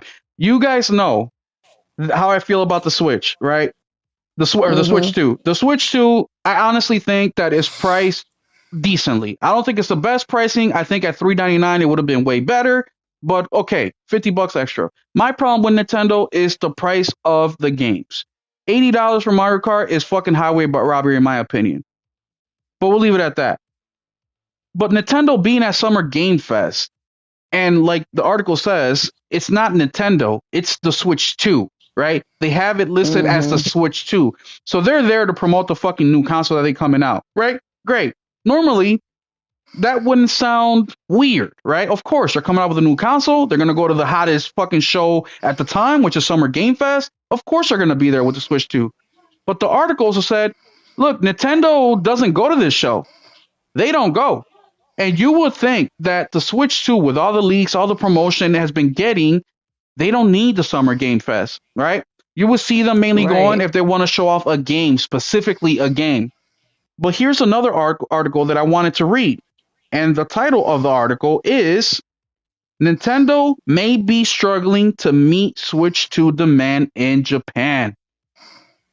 Now, it says, go ahead. Japan. Yeah. Okay, that's fine. But remember, we should know that's going to happen in Japan. But remember, the Switch 2 is cheaper in Japan than anywhere else in the world. Also, Japan is like 90% handheld. They don't really buy consoles over there. This is their home base. So not only are they being cheaper in Japan, they're also handheld is their territory. And finally, another topic we're going to talk about before we get into the Xbox handheld, which if Brett doesn't get here soon, he's going to miss out, is you guys have been on social media. The Switch comes out June 5th. What's something else that they have been promoting lately? If you weren't able to pre-order your Switch, still come on by because we're going to have extras. Now, that may not seem like a big deal to you guys, but did the PS5 have extras? No. Did the Series X have extras? Nope. No, the fuck they didn't. And it's not just GameStop promoting this. It's also Best Buy. It's also Target. It's also Walmart. It's every single fucking store out there that is promoting that we have extras. And not just that. In my area, I live in a city where there's 1 million people when you include the suburbs.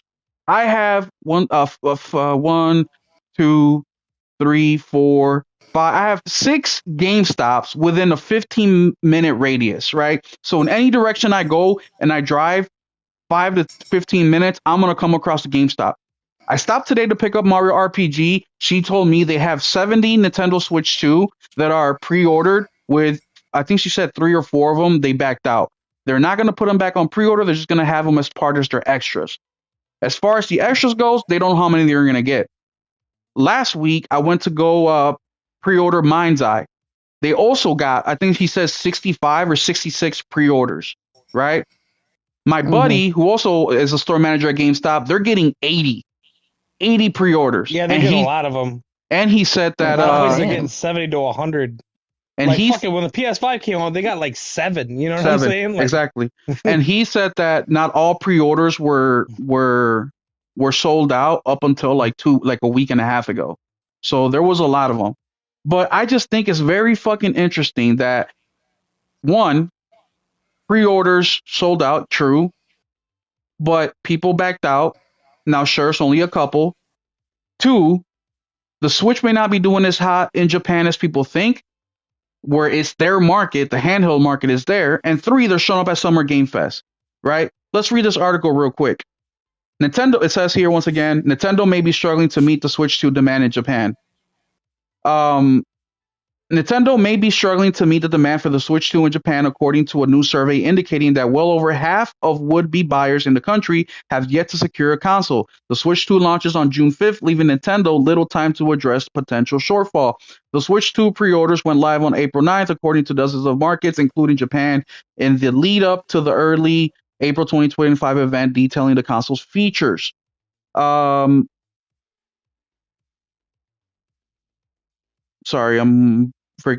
once the device became available for pre-order, some consumers reported difficulty securing a unit, right?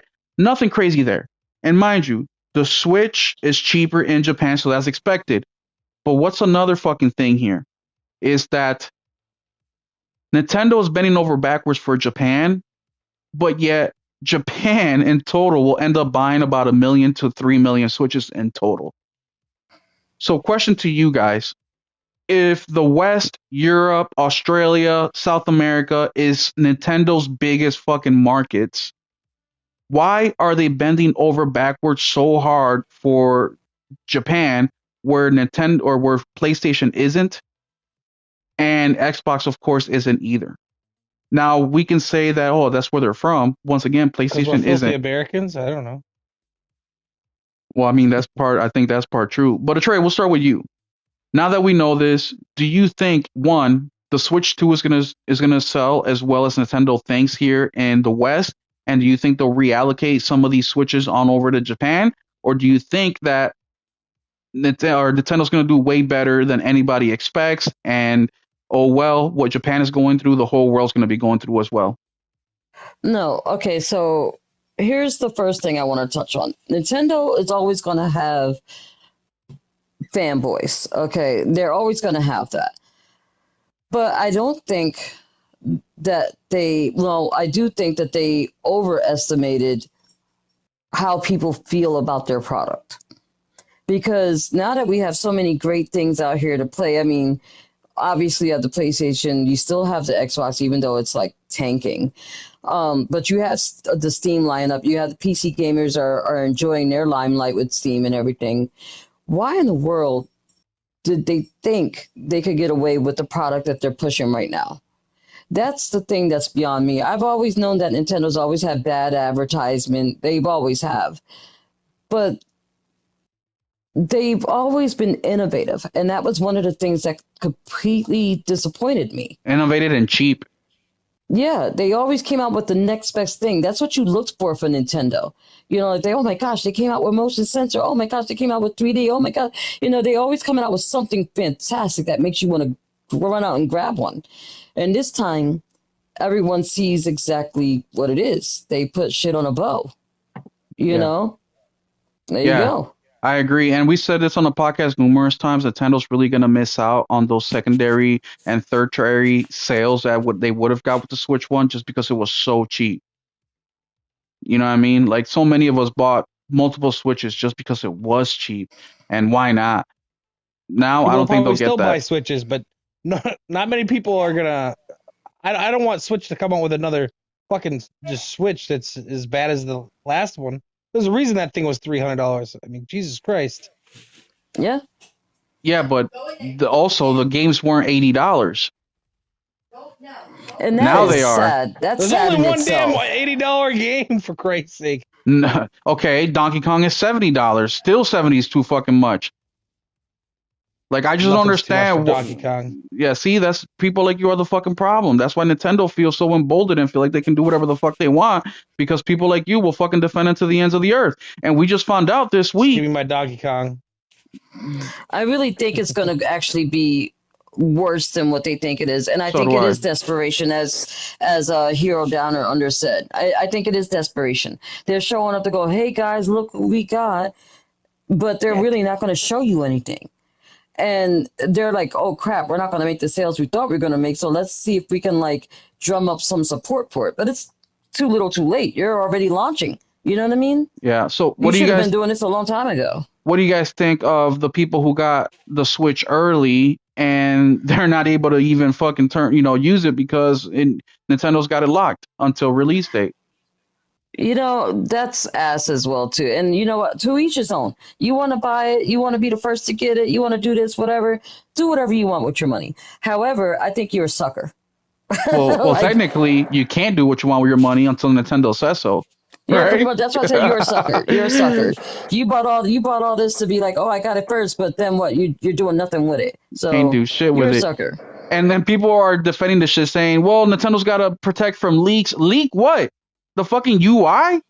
And if Who we the fuck talk cares about leaks, and if we talk about, okay, they can leak a game. What, Mario Kart? What are they gonna do? Fucking leak the the fucking the racetracks? Like, what leak are you talking about? And also, that's a consumer's responsibility. How much do they want to look into that shit? Because if you know there's copies of the Switch out there or consoles out there, you can easily just fucking put the what do you call that? The words on your on your social media that blocks these words so you don't see it. So as soon as you see Switch or Switch 2 or Mario or anything like that, it will block it for you so you prevent yourself from seeing that.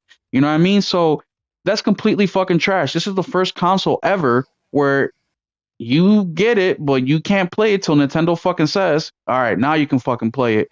It just makes no fucking sense. What about in 15 years when I get a fucking collector's edition Switch from eBay, right? I pay whatever I pay for it, and I turn it on, but it don't work because Nintendo turned off his fucking servers. Like, what the fuck? that's just insane. Sorry, that's just really insane. And I just feel like when it comes to Nintendo doing this bullshit, I mean, I think this is what's ultimately going to tank them. And I've been saying it for a while that, like, some systems are meant to keep up with the times. And Nintendo actually could have been one of those systems that could have kept up. But it was just one mistake after another after another. And most of the time, it was just bad advertising. Like, their systems were actually decent. The games were fun, blah, blah, blah, blah, blah. But, it was the inability of them to work with third-party people. Because they just wouldn't make a powerful enough system. Let's be real about that. It's like they almost refused to because they wanted to keep the cost down, so they say. Yeah. And now you're just coming up with trash. Well, fuck, a really good handheld would cost you, Jesus Christ. I don't know how much. A lot. No, so we're not talking about we're not saying that there's 700. A Steam Deck is 400. All right, it's the same price as Steam Deck, and the Steam Deck is way more powerful. Than the fucking Switch. Yeah, and they're more powerful than the Switch. No, they're not. Yeah, the Steam Deck is, and you can play way more fucking games. You can only play 800p on a Switch or on a Steam Deck. First off, does it fucking matter? It's a handheld. Yeah, it does matter. Does it fucking really matter? It's a handheld. Your screen is fucking the size of your dick, small. So it doesn't fucking matter. But let me get back into this real quick because Atreyu, you hit it right on the fucking money. And another thing too, in regards to this, and mind you, the Switch 2 console price is not the fucking problem here. The problem is their game prices and how they're fucking managing this whole thing. Needing internet to play your fucking console, you can't even grab a game from your Switch 1, and stick it into the Switch 2 until Nintendo says, now you can fucking do it. How are people defending this shit? I don't get it, bro. How are they defending it? It just makes no fucking sense. And yes, I feel like their sales are definitely going to hurt. I feel like a lot of people who would have bought the Switch 2 are now on the fence about it. People who, look, my buddy told me himself there was about 4 pre-orders that they canceled out just this week. The other GameStop, just making casual conversation. She told me they 2 or 3 pre-orders got dropped, this week as well. So they're gonna add that on to the extras they're gonna get. You know what I mean? And I really do believe this is part of the beginning of the downfall of Nintendo. I believe that because unless they do a complete 180 and decide to revamp themselves and become like a powerhouse system, I just don't see how they bounce back from something like this. They're going to take a huge loss, in my opinion. Yeah, I just back in the day, Nintendo And another thing too is that this time around, right, with the Switch 2, Nintendo always had the handheld system to kind of cover their losses, right? They had that with the GameCube, with the Game Boy, Game Boy Advance. Had a real hitter console since fucking SNES, in my opinion, for home console. The Wii did really well, but the Wii U... The Wii did good with Grandma and Grandpa that got it with Wii Sports and never bought a damn thing after that, though. They still make the money off that, though. There's a Wii in every fucking nursing home in America, but they never used the damn thing. But what kept them alive? The Nintendo 3DS, right? Yeah, 3DS. So like this time, that's why they got away from home console. This time, if their shit fails, there's no handheld to fucking save their ass, right? No. So they really have to fucking do this shit right. But it's like they don't want to, right? They're pushing the casual market out. They really are. The attractive part about all their consoles previously is that they were cheap, man. N64 was what, $300? GameCube was $200. The Wii U was $300 as well. Wii U, they went up in price. They lost the casual. After the Wii U, they did the Switch, went down in price, and then they got those people back, especially with the handheld portion. Now at $450, for people who say that that's not competing with PlayStation and Xbox, yes, the fuck it is. People don't see, the casual doesn't see a PlayStation being any different than a Nintendo or a fucking Xbox. The only thing that they see is that, oh, this console is handheld, this console's for the TV. Okay, this one may be better for my personal life because I can, I take the train or whatever, I'll play it this way. But they see it all the fucking same. So you are competing with the same customer base. Now your pricing is way more than a PS5 with a Series X. Well, not the Series X anymore because their price is going up this holiday season as well. Your accessories are priced through the fucking roof, and you need internet connection. Mostly all the time. It's just a lot of fucking shit that's hitting at the same time. And once again, Nintendo's gonna Nintendo, right? But the gamer is out here defending the shit. Nintendo or the gamer is out here fucking making excuses, or leaks, right? Or, hey, shit's expensive. Like, why the fuck are you so worried about Nintendo's bottom line? Like, who gives a fuck how much money Nintendo's making, how much money PlayStation is making, how much money fucking Xbox is making? The only thing you should be worried financially about them is, I hope they're making enough to continue making games. That's the extent of it. Now here, of course, we talk a little bit more than that because we're fanatics. So we dig into everything to find out when the fuck these games are coming, what kind of games they're making. Nobody here is a fucking hardcore Nintendo guy. Not even fucking Nelson. As much as he wants to switch to and as much as he wants to play, he doesn't fucking play more than fucking 50 hours a year. You know what I mean? So even Nelson is not the fucking console demographic because he's not going to buy multiple games a year. He's going to buy fucking a couple. Donkey Kong, maybe Mario Kart, and maybe fucking Metroid. You know what I mean? Everything else Nelson's going to buy is going to be third party, that's fucking 13-bit, that he fucking sees as nostalgic, and that's what he'll buy. That's it. Yee. So I don't know what the fuck is going on with these people. Anything else you guys want to talk about Nintendo or anything like that? No, screw Nintendo. I'm done with them. And also, their fucking their release, or what is it? Their launch titles. It's just one game. It's one fucking game. Well, 2 games.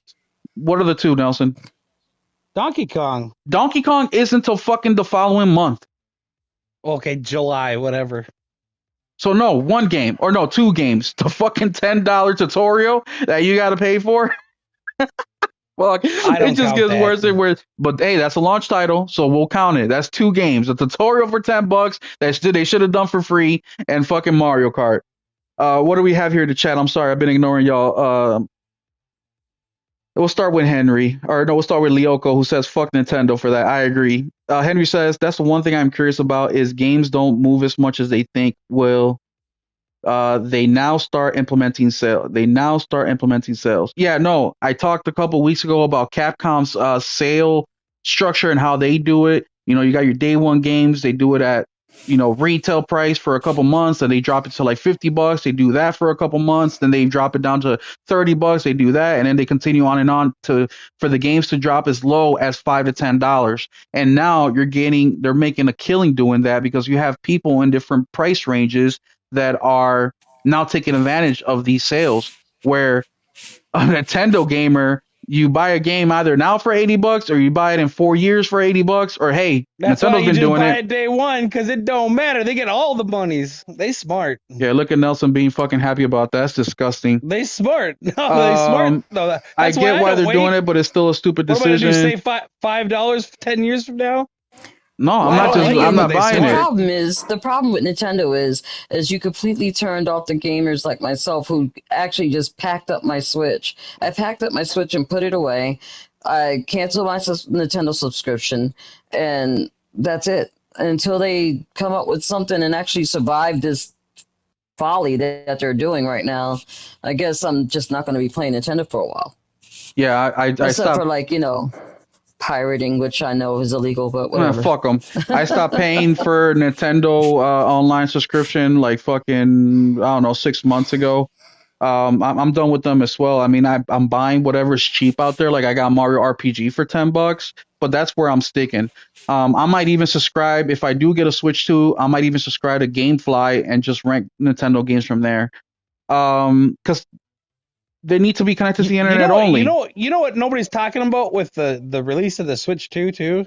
What a weird time to fucking release. Like who's going out and buying their 5 kids Switch 2s in the middle of summer? Well, I don't think they're planning on that. I think what they're planning on doing is to get that big rush out of the way, so then when the holidays and then come, the holidays, yeah, that's what I'm getting. They're more free. And another thing too that people aren't talking about is Days of Play. Right now, you can get a fucking PS5 with Black Ops for $3.99. That's an Xbox game, yo. Xbox is trying to sell PlayStations. They're telling you to stay the fuck away from them. For $3.99, bro. That's a way more powerful than the Switch. You're getting Black Ops, which is not available on the Switch. Like this is what I talked about a few weeks ago when I said if PlayStation is really smart when the Xbox announced that they're increasing prices. I said if PlayStation is smart, they would bring that price down by $100. They will keep that sale going for as long as they can and soak in those sales because they're going to finish this console generation at about 120 consoles sold this generation, maybe a little bit more depending on the length of it. But man, wouldn't it be crazy if they ended up going up to 140, 150 because of that price increase and getting those fucking casuals out there to go in and jump in and buy it for that price? I mean, fuck. How many people are buying a secondary PS5 to kind of protect against, pricing going up, and also just because it's so cheap? I mean, if you take away Black Ops 6, you're essentially only paying fucking what, $330 for the damn thing? That's the best deal in fucking gaming. Let me continue with the chat here. Sorry, guys. I'm one of those people that believe the Game Awards is always rigged. Yeah, I think so too, Lyoko. Warren Wanna says facts will speak on it. Thank you, Warren. Henry says he's gonna be through the moon. Lyoko says, but I'm also one of those people who get upset when my favorite game doesn't get any awards. Oh, they're talking about the Game Awards show. The Switch 2 has a very weak launch title. Yes, they fucking do. And what sells consoles? Games. Game sells consoles. The only game that I would be interested in is Metro, and that won't be out till the end of the year. I'm not buying a Switch 2. It's a garbage system. Nintendo's making every wrong decision with it. They're being very anti-consumer. Absolutely. I wouldn't have a problem with the all-digital future if digital goods were treated like physical goods. That's my argument, Lyoko. I don't care that it's physical or digital. Just give us the same options and features that we have with physical. Let me see. Correct. Hero says, sounds like desperation. Desperate Nintendo. Yep, absolutely. Voice chat. So a lot of the same stuff that we've been talking about here. Steven says he's selling all his Switches. He's done with them. He has 3. Wow. So, I mean, there you go, guys. The chat is speaking on it. They're staying away from Nintendo. Everybody's staying away from Nintendo except for Nelson and the Nintendo YouTuber, right? And a lot of those fucking guys, what were they doing when the price got announced? Fuck Nintendo. We got to stay away from them. And look at them. As soon as pre-orders game open, they fucking jump right into that shit. You know what I mean? But I think it's going to be an uphill battle for Nintendo, and they deserve it. They deserve it. If they survive this, their only recourse would be to listen to what the gamers have been saying and like I said, do that about face and just completely reinvent themselves and make themselves a powerhouse in order to survive. That would be the only thing they could do. Exactly. Listen to the gamer, and not just Nintendo, but studios. All you big publishers closing fucking studios down, it's easy, man. The gamers are telling you what they want, what they don't want. You guys just think that you know better. And look, you see the big picture, right? You see all the numbers, so you see what's going on behind closed doors. But at the same time, a lot of you guys aren't doing so hot. A lot of you guys are losing money. A lot of you guys are fucking closing. You're firing people. You're laying people off. So what the fuck does that tell you? The majority of the gaming freaking, what do you call that? The majority of the gaming populace are people our age, between 30 and 50 years old. So if you piss those guys off, do you think that they're going to go out and buy a console for themselves, a game for themselves and their fucking kids? Fuck no. And not just that, they're raising the next generation. They're like, look, fuck Nintendo. Nintendo's trash. And do you think that's not going to stick with your little fucking 10-year-old Timmy? Fuck yeah, it will. So, anything else you guys want to say about Nintendo before we move on to the next topic here? Yeah, they, besides listening to the gamers, I mean, they have to realize that they're alienating longtime people like myself who has bought every single Nintendo console there was and handheld on top of that.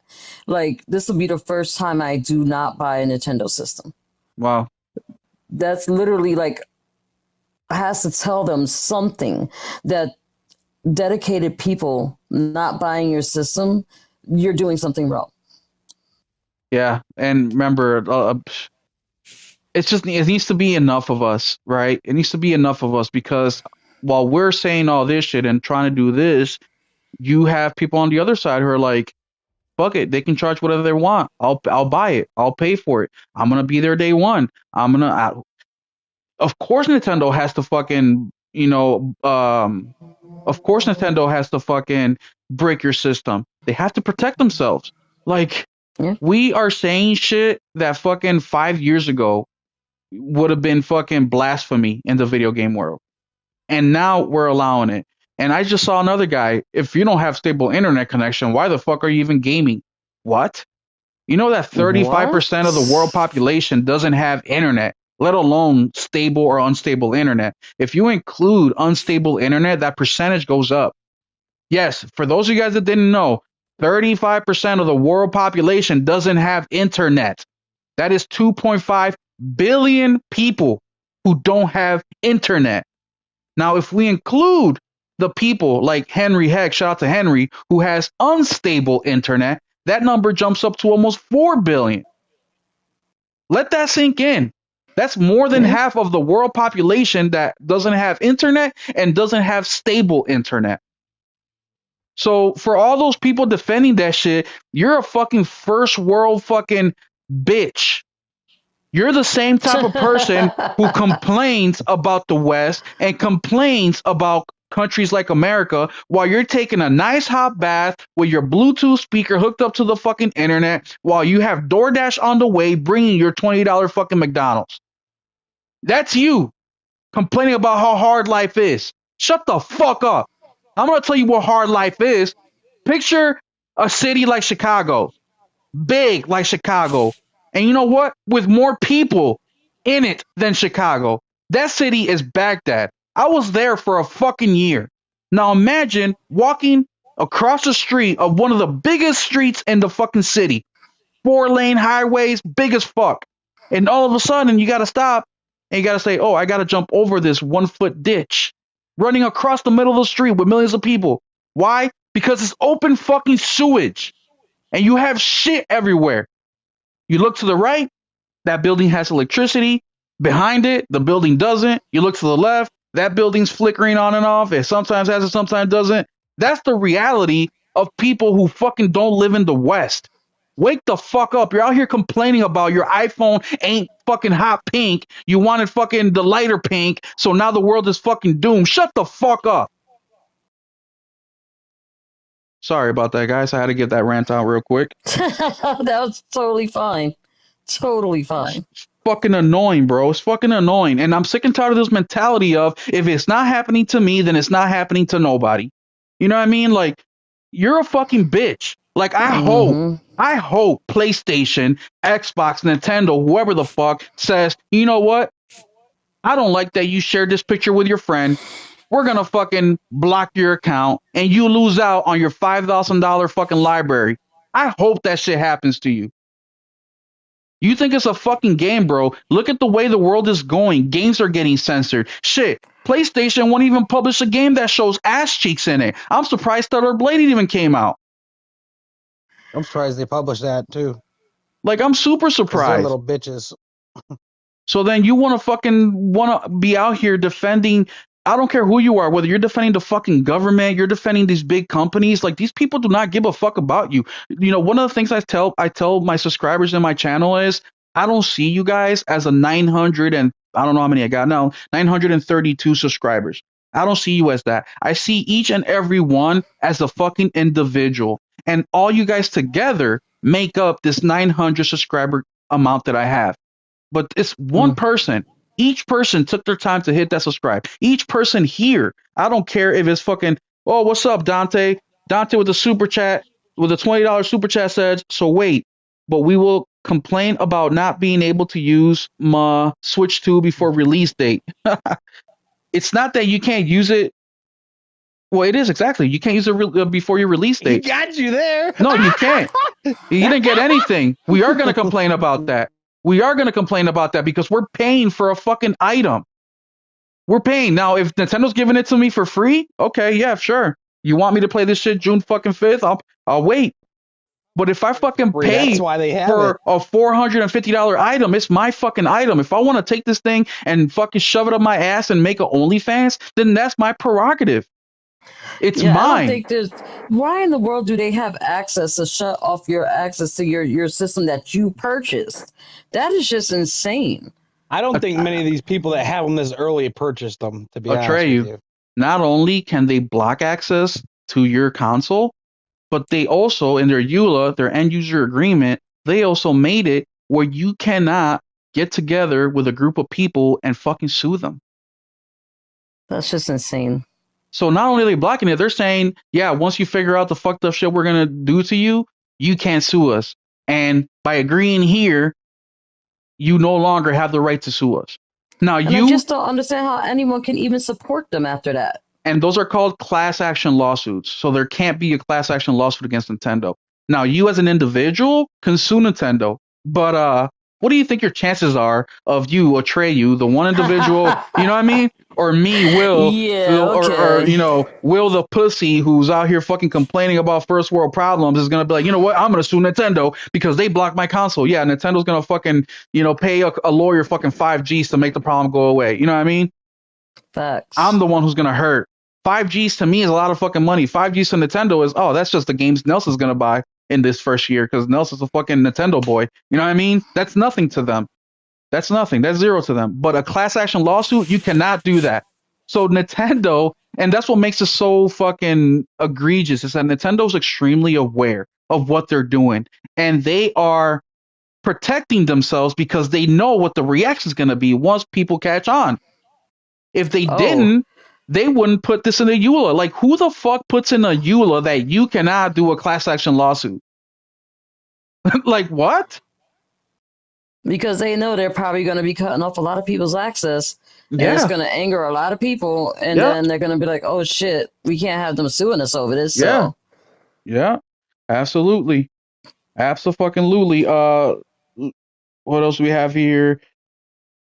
Yeah, no, it's a fucking shame, bro. It's sad. It's really, really sad. And you know, Nintendo not only took away the you know, all the shit that we talk about, but they took away their ingenuity, right? Switch 2, same thing as the Switch 1, just with better specs, still not up to modern specs. They're taking away the affordability of the Nintendo, which has been one of the things that they've done forever, right?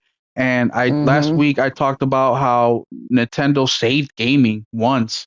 You know, during the video game crash of the 80s, where the industry lost, it was a $3 billion industry. They lost $2 billion, so it was only worth $1 billion. Nintendo came out with the NES system, the Nintendo Entertainment System, and they gained Mm-hmm. 2 billion of the market in that same year. So they went from 3 billion, the industry went from 3 billion to 1 billion, and then the 1 billion went up to 3 billion back again because of Nintendo. Nintendo did that. Then they came out with the Super Nintendo, then the N64, then the GameCube. They were extremely affordable. And for those of you guys that are saying console warring is stupid, it's stupid. When PlayStation first announced their PS2 and their pricing, what's the famous words, Nelson? Oh, you talking about PS1? Yeah, $299. $299. That fucking representative got up there. He didn't say And that was the shit. end of Sega. It was pretty much done for Sega from there Done with on out. Sega. He got up there. He said $299. Literally left. No big spiel about pricing. No, just $299, and that fucked Sega up. And what's crazy is Sega had just dropped their console $100 previously. I think it was in the previous months to compete with the upcoming PlayStation 1. It was 400, but it was way less. What do you want to call it? Capable, even though it was fucking more expensive. Way less capable. Yeah. It was supposed to be a 2D machine. What they did was it ended up being more expensive because theirs was supposed to be 300 too. But then they found out PlayStation was going to be 3D, and they were like, "Oh fuck, our shit's just 2D."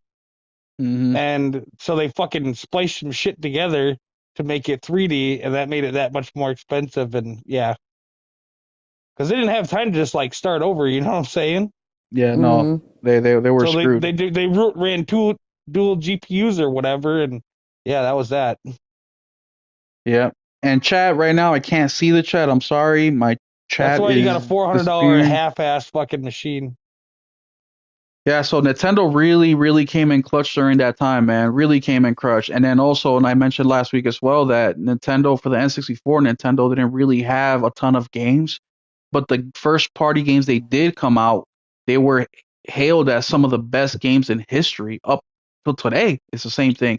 Zelda Ocarina of Time, you had the fucking Mario 3D, there was just so many games that are considered some of the best games ever in history, and that was all during the N64 time. So it's just such a shame that Nintendo turned its back against its community. They got the old CEO of EA, what's his name? Doug Bowser?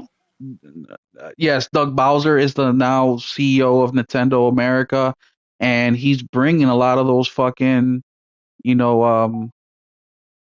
let's maximize profit from the fucking consumer base and give them the least amount possible for it, kind of attitude into Nintendo, and you can already tell. So I think the first good sign we'll see from Nintendo is when they fire him. That will be the first sign that, hey, Nintendo's actually going to be trying this gen. And that's just one of the things they have to do. They have to come with a fucking laundry list of shit they're going to change immediately. Immediately fire him, immediately change the pricing of the games. They have to do a lot because otherwise the casuals like us, as far as Nintendo goes, they're going to be gone. They're not going to exist anymore. And how long will the Nintendo hardcore be there to keep supporting that? Because eventually Nintendo's going to do something to piss them off as well. If they're going to be successful half-assing shit, they're just going to keep half-assing even more because why try? They're already selling successfully without even trying. So how much more can we get away with? And that's just human instinct, guys. That's just human instinct. If you take a cookie, your mom don't say nothing, you're going to try to take two. You take two, your mom don't say nothing, you take three. You take three, she says something, but it's not really nothing of fucking consequence. You're going to take four because you're okay with dealing with that little bit that she did do. You're going to take five. You're going to take six. Oh, she spanked you? It didn't hurt that much. I'll continue because it didn't hurt that much. So you get to a point where you're like, fuck, mom took away everything. I can't play no games. She beat the fuck out of me. I can't hang out with my friends. Okay, I'm done stealing cookies. The consequences are too great. You know what I mean? That's the same thing with prison.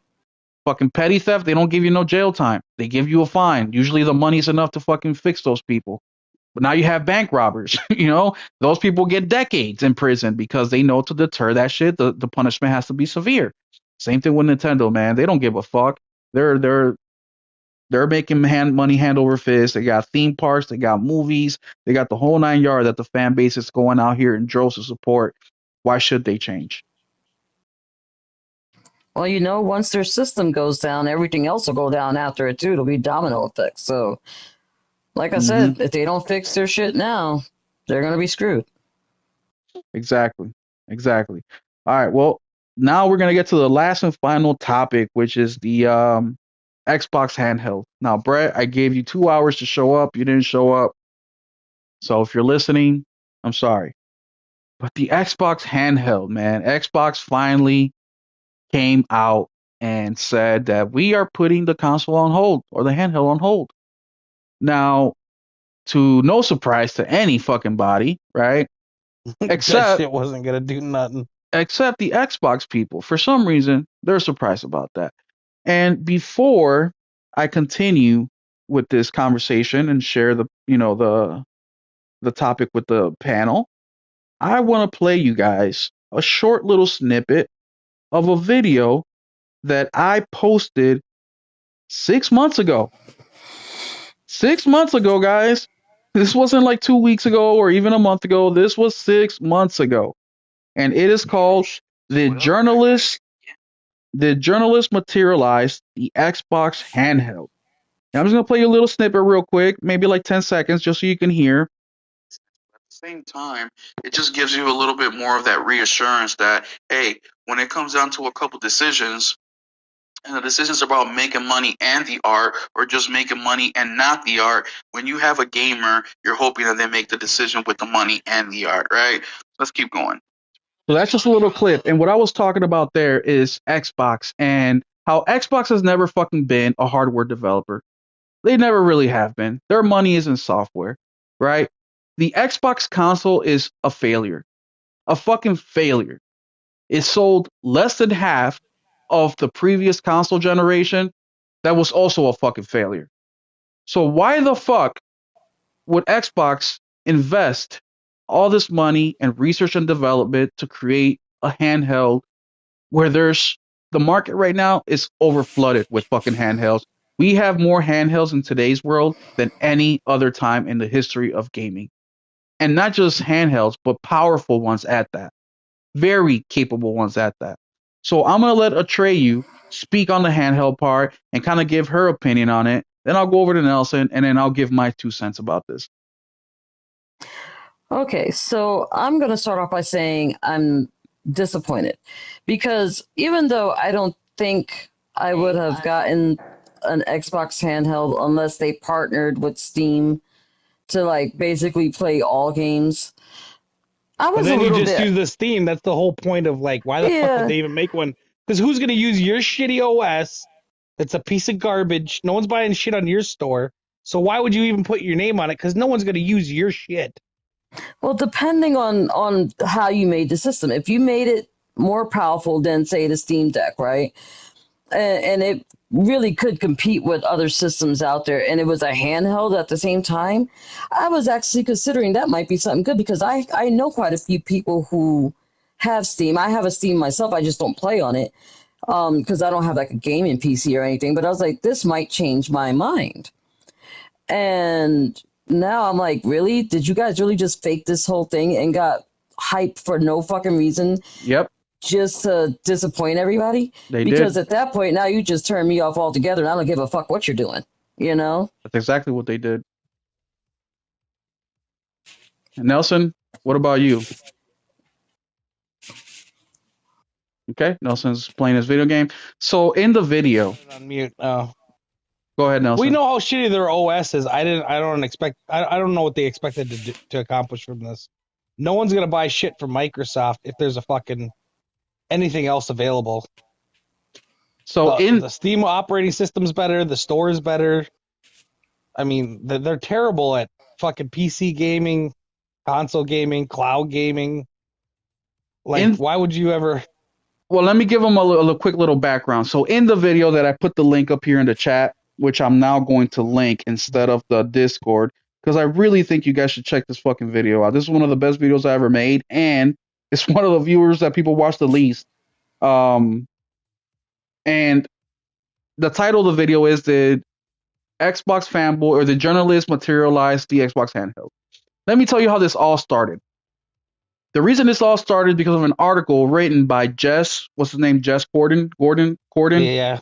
Jess Corden wrote on Windows Central an article said that according to quote unquote not references not insiders but people that you get information from sources. Well, Jez Gordon's always Sources, informants, all that sources stuff.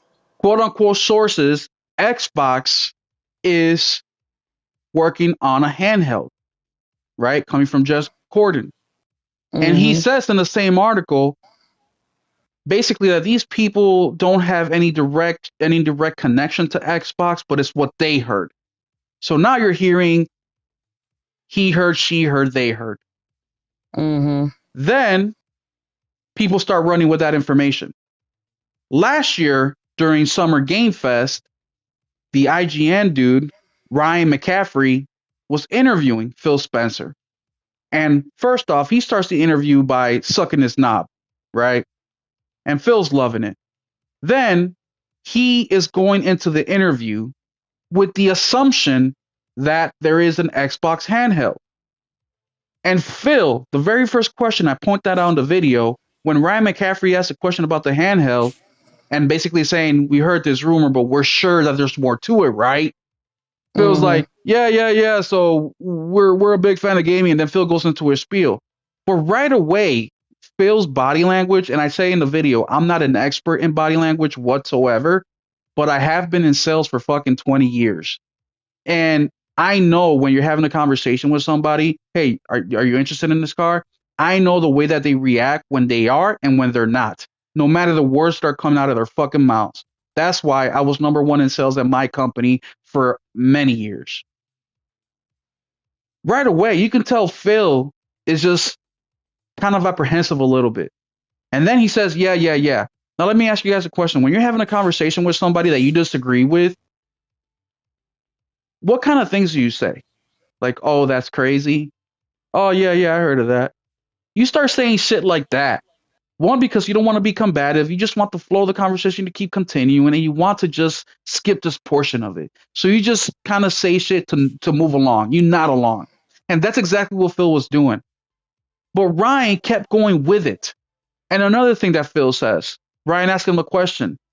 Will this be a cloud-based system, or will this be a native thing? Phil says, well, because I'm a gamer, I know that the gamers prefer a native system. All Phil was doing is just regurgitating things that he heard online. Why? Because Phil, up until this year, Phil was constantly on social media. They know what the temperature is out there. That's one of the best things Xbox does, is they're constantly out there engaging with the fucking gamers. That's why people are so hard on for them, because they may get a reply from Phil or from whoever the fuck else is over on Xbox. So this whole video, I talk about how the journalist materialized his fucking handheld that was never fucking coming. They believe their own hype. And about a month ago, I talked about when the Switch got first announced, and I talked about how a journalist wanted to hurry up and write his article, not so the reader can read it right away. It's so his colleagues could get the fucking article first, so they then can go write their own fucking articles. It's a big fucking cluster, bro. And that's how this fucking Xbox hardware thing came out to be. And then getting back to Jess Corden real quick.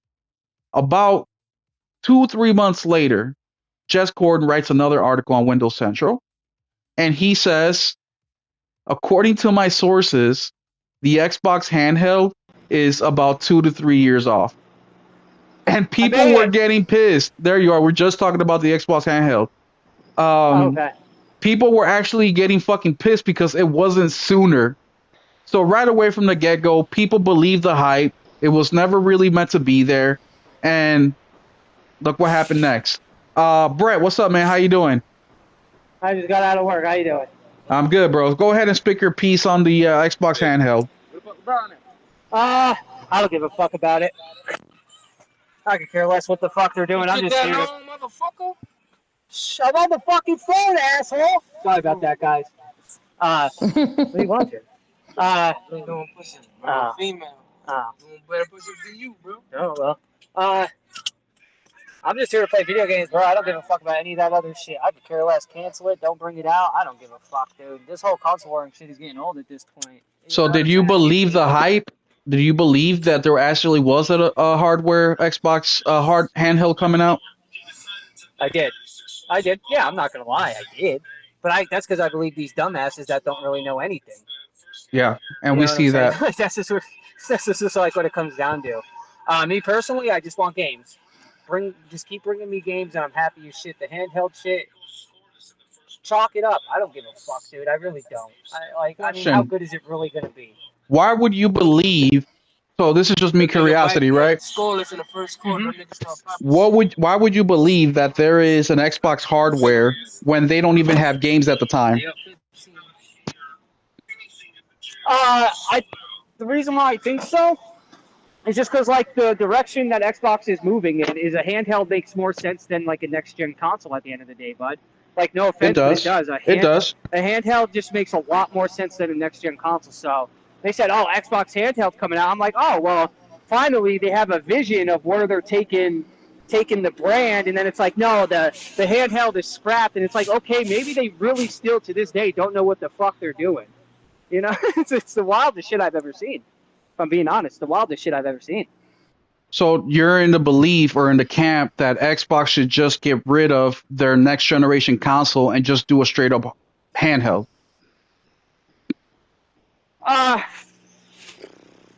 What I think they should do is honestly scrap it all.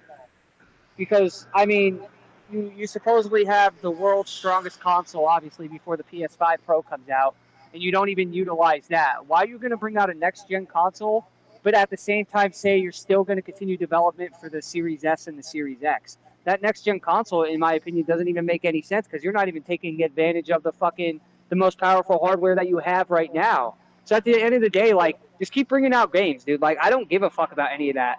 You know what I'm saying? Like it's a whole lot of hoopla at this point, you know, and it seems like it's consuming a lot of people and me personally, bro, I just want to play video games. I don't give a fuck what platform they're on. I don't give a fuck if it's Xbox games on PlayStation. I don't give a fuck if it's PlayStation games on Xbox, bud. I just want to motherfucking play video games. And this whole like these people needing to follow Xbox and all this other shit, like these people need to learn to step the fuck back because, like, the reason why I'm not as bothered is because I just play video games. I don't follow those content creators or you know what I'm saying? Like, yeah, I listen to the handheld, but, like, on some real shit, like, the direction Xbox was heading, the handheld just really, it did, dude. It made a lot of sense, you know? And that's what I thought the next-gen console was going to be, was just, like, a handheld, like a Switch-style console where it's handheld and then you can, like, dock it, you know what I'm saying, and play your games on the TV that way. That's what I thought the direction they might be taking, but nobody knows what the fuck they're doing. It's all rumors from here on. They don't even know. Yeah, no, nobody really knows, and I think Xbox is really liking the whole third party thing. They're really getting some big numbers coming in, some big sales numbers, and I really think that they like the route things are heading, and they're seeing more success in such a short amount of time than I think they ever have, and I think it's the right move as well. Anything else you got to say about the Xbox hardware in general or handheld, anything like that? Listen, guys, it doesn't matter where the fuck you play. Whether it's PlayStation, Xbox, Wii, you don't have to listen to what all these other fucking, you know, like, we fuck around and we have fun in the Discord and, like, we talk shit on each other. But, like, there are some people that really take this shit to heart. And I think those people just need to step back a little bit and remember what video games is all about. Having fun, escaping this reality called life. Why would you want drama in with your video games? Like people need to just step back, have fun, play their video games, go out there, meet new people while they're playing video games, and just enjoy what video games is supposed to be all about. Like, I feel like a lot of people lost their vision on what video games are really all about, and it kind of sucks to me. You know, it sucks. Well, I can agree with you on that because especially a lot of these, quote unquote, what you're talking about is console warriors. So a lot of these quote unquote console warriors, a lot of them don't even fucking play games like that. You know what I mean? And that's the frustrating part. They have a huge fucking audience, but yet we see the numbers, bro. We see achievement 1 fucking 8%. You know what I mean? We see fucking achievement 2 drops to fucking 3%. So like y'all ain't even fucking playing these games. We see the wrap ups at the end of the year. It's like, bro, you have 100 hours in total. What I wouldn't like to just fucking make my living off of sitting at home and playing games and not spending 50 hours a week on the road going back and forth to work and fucking. It'd be like I was fucking laid off again. When I was laid off for a few months a while back. God damn, I got some game playing in that year. Yeah, no, after the first week of looking for a job, and you start to just look at the jobs that came out that day or posted that day, that shit took me 10 minutes. The rest of the day, spent a little bit of time with my kids' video games. You know what I'm saying? Like, I was home all day. Yeah, the problem with these guys that they make a living off this shit, they're not even truthful. They're not even like honest people. Like it's console wars, and that's what I can't. That's why I said everybody should watch Will and everybody should watch Henry, because like everything else is like built around. Like everyone that I've tried to watch, I feel like this shit's built around console wars, and it's like, dude, get the fuck out of here. Talk about video games, bro. The one thing I would have to say before I go, honestly, I do need to jump off of here is for the Xbox.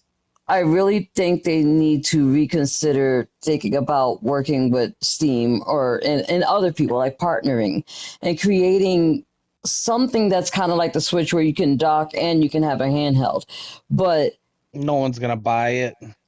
The only reason why people might buy it is because, one, people can't really afford a top-notch CPU for gaming, okay? Like, they really, like, you can't just go out and dish out thousands of dollars for that. Like, sadly, that's just what it comes down to. And don't believe all these bullshit people saying, oh, a couple $100. You can, no, it's not. If you want a really let me great tell you, gaming if they came PC, out with a handheld, that thing would be $700 to $900. But that would still be cheaper than $3,000-$4,000. And if they did something like that, would see more things sold. You'd be getting something of a $700 or $800 PC is what you be. I mean, it's a handheld. I don't know what the hell you think Microsoft's going to do with a handheld. It's going to be playing 1440, 120 FPS. That ain't happening. Not on a handheld. But I'm just saying that if they wanted to actually make some decent money, that would be a good way to make decent money out of gaming than trying to push things to gaming PCs. Because people couldn't afford it then, they still can't afford it now. It's too late for them. But you see that they're buying, $700 PlayStations. They might still buy a $700 handheld that can play all games. See, we still have to ask ourselves a question. Exist, though. We have to ask ourselves a question because there's nothing. Xbox can come out with a state of the art fucking PC handheld tomorrow and sell it for $400, and they're still gonna fail. You know why? Because they don't have the fucking games, and the games that they do have, they're not exclusive anymore. So why the fuck would I go out there and buy a $400 handheld when I already got a fucking Switch, a Steam Deck, a ROG Ally, or any of these fucking things? The very good answer to that is some of us have invested thousands upon thousands of hours into the ecosystem. Yes, very little of you guys. Very little of you guys. You're not gonna buy new shit on it though. Yeah, I'm gonna buy new shit. I'm gonna tell you that right now. I will buy something new if you make it worth my while. Yeah, we're the hardcore gamer. We are, but not 100 million people, not 50 million people, not even 30 million people. So yeah, there's people like you guys that have huge libraries, but the number of people is less and less every year. So I just don't see them being successful ever again unless they get back to the games and unless they go back to exclusives. And getting rid of Game Pass and getting rid of Day One. They ain't got the... No. Here's the thing. They are successful. The thing is you guys don't think they're successful in the terms of PlayStation, but they're now going full third-party developer. The money that they're making, they're not in the business of selling MAUs like PlayStation is. No, Brett. They're not successful according to their $80 billion ABK deal investment. The fuck PlayStation, fuck Nintendo. They spent $100 billion recently. They've spent more than PlayStation's worth times 3. Times 3, yeah. It's not even about competition. It's about just sustainability. They can't sustain themselves. They could have bought PlayStation 3 times over with that kind of money, and they're still making less. That's fucking insane. They ain't never making that money back. It's gone. And with that said, guys, I got to get out of here. But thanks for having me. I appreciate that. Appreciate you, Atreyu. Give them your link real quick, or your first Twitch. Yeah, definitely. For Twitch, it's Atreyu_Smiles. It's a capital A, capital S. Yeah, just hit me, guys. If you are on Will's Discord, just hit me up there. Also, if you want to play games, I'm always down. Facts. Yeah, go follow Atreyu over on Twitch and join the Discord. You can talk to all of us there. You can talk to me, Brett, Atreyu, Nelson, and many, many more. So thank you, Atreyu. Have a good night. Yeah, you guys too. Thanks a lot. And to wrap things up, because we've been here now going on freaking 3 hours. I'm sorry, 2.5 hours. Anything else you guys want to talk about, Brett? Anything else you want to talk about Xbox? Things that you think that they can improve on right now, realistically, right? Because we know that they're third party. We know that, they're not focusing on hardware like that, right? At least for now, until the next console generation. Is there anything else realistically you think that Xbox can do to kind of, keep those investments of $100 billion reproducing? No. But one thing I will say, and I've said this since they started shipping games to PlayStation, the games that they're sending to PlayStation day and date, those games are coming out, in my opinion, very well optimized, looking good, playing well. Mm-hmm. Yeah, they should have came out that way on Xbox. No, I agree. But one thing I'm going to say. That's the problem though with Game Pass. They're just kind of like throw that shit out there and it is what it is. But when they got to sell it, it's like, you know what I mean? Yeah. And the thing is, I think going with PlayStation is the best thing they could, going third party is the best thing they could do. Because, the only thing they can do. Because PlayStation fans are not, I wouldn't call them stingy, but they know what they want. They want high quality, great running games. They want all that shit. And we weren't getting that. We were getting half-baked, shitty-ass fucking games, and now, 30 FPS, half done. Exactly, bro, 150%. So now I feel like we're, as an Xbox fan and as a fan of a gamer, I'm getting better quality games. They're still coming to Game Pass, even though you guys know I hate the whole Game Pass mentality that they fucking created. It's a fucking travesty to the gaming world. It's so saved me a lot of money on Xbox. I stopped buying games on Xbox. Oh my god, dude, it's so bad. I had to tell some dude on Twitter. I was like, bro, you're the reason why Xbox brand is fucking dead, bro. Your whole Game Pass mentality is sickening.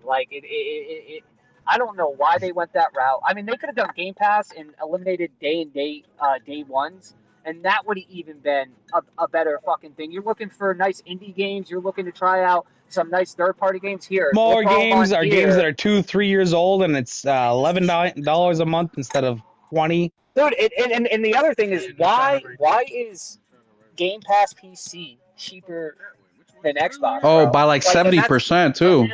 Bro, and that's the whole mindset of where people are going dude, they want you to buy a PC because that's what it seems like, bro. They're leaving us in the motherfucking dust, dude. They are. It's cheaper to play on PC. They tell me to buy a PlayStation now too. They even bundled the COD bag with it. They've been telling you to get the fuck off their platform. But remember, I couldn't believe that. And cheap too. But remember, this deal with PlayStation was before Microsoft bought ABK, so we can't really blame Xbox for that. What we can blame Xbox for is just fucking their pricing structure with their consoles, Game Pass, just all that shit. You off. No, I understand that. Prices. Yeah, they're raising prices, and they're treating PC. Go ahead. Better, yeah. Yeah, what do better. You guys think the first What do you think the first $80 game for Xbox is going to be? We don't. Maybe Fable if it comes out this year. Maybe. I just don't know what that ain't coming out this year. I think Fable is going to be the first one. I actually think that they're going to change pricing by COD, yeah, possibly. But I think they'll just do 100%. Whatever game they have out. They'll just change to 80. Because I might actually buy that day one. But if that's $80, I like the game, but it's E-Day. Honest, Steven says E-Day. If it comes out this year. They're not high budget games. They're all right. But if you're charging $80 for a fucking Obsidian game, you've gone damn lost your mind. And the other thing I don't like is you see the studios that they own pushing out videos of PS4 Pro gameplay and all this shit going on, and like there's nothing for Xbox, and it's like, dude, you guys understand? Like, no, for real, bro, this is the reality of it all. I know. Dude, this is the reality of it all. Like, hey, you see the Forza fucking PS5 Pro fucking announcements? That was awesome. Bro, even the Indiana Jones one, I know it's not that big of a deal, but they got that high value actor and like this big fucking thing that they did to like announce Indiana Jones, and it's like, what the fuck? Oh, you're talking about? They didn't do shit for Xbox. They're talking about Nathan Drake, voice actor, and they got fucking Baker. What is his name? Yeah, Baker to fucking do a commercial with fucking Nathan Drake, bro. Nathan Drake and shit. Yeah, that's fucking crazy. We're like the redheaded stepchild of a company that we've invested into our entire lives since it started. You know, it's funny. Xbox didn't talk about sales for 10 years until they started selling games on PlayStation. Yeah. That's funny, too. And, well, remember, Brett, this is, and you bring up a good point, right? Like, they treat you like the redheaded stepchild. And it's the same thing that I tell fucking PlayStation guys when, because look, let's be real. A lot of PlayStation guys fucking hate me because I talk a lot of shit about PlayStation. But it's like, no. I actually love PlayStation because I am talking shit about them. Like, you discipline your kids because you love them. You don't discipline your kids because you hate them. I mean, unless you're an abusing piece of shit, right? But if you discipline them, I'm just saying in general. So it's like, of course I'm going to talk shit about PlayStation because I love them and I want them to do better. So I'm going to speak on the things that they are falling short at. The Xbox community for so many years let the shit slide. Now, they got to earn the business of a new fucking place, so they're going to treat them like rock stars. And I'm glad you brought that up because you're absolutely right. They're going to keep treating you like that till we stand up. And it's like, no, wait, this ain't right. I want you fucking PC is cheaper. What? They steal games over there. We don't have that fucking option, right? But yeah, you treat them like they're fucking Cinderella. Fuck no. And it's just insane, bro. It's just insane. But anybody else got anything to say about Xbox before we cut this thing off?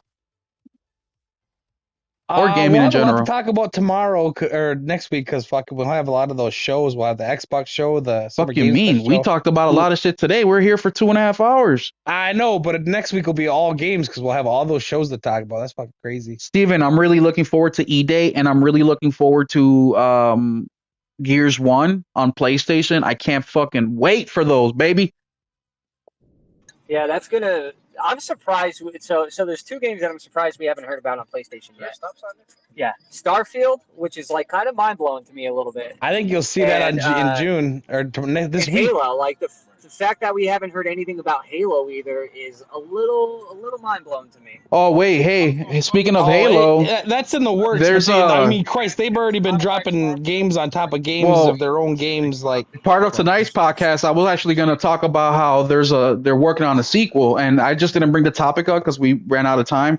But yeah, there's a sequel out there for Halo.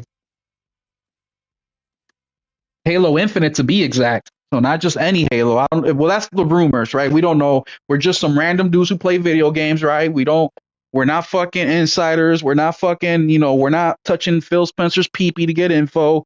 Even though I know some of you guys would, but we're just some regular dudes who just kind of put 2 and 2 together, plus the information that we get online. But that's going to be interesting. And look, Halo Infinite, I like Halo Infinite. I think that the story was a little shitty, but I like it. The open world concept, I think it was shitty as well. I think they should have stuck with the linear shit that Halo normally does. But the shooting, Jesus, I mean, that shit feels A1. The visuals look great, which is a big fucking night and day difference from when the game first came out. But, I look for reasons to play a game. I don't look for reasons to not play a game. And that's just how I see it. But Brett, what did you think of Halo Infinite real quick? I don't think they'll do Halo Infinite. That shit's dead. I think they'll do Master Chief. Nah, I don't. Nobody's going to play fucking Halo Infinite.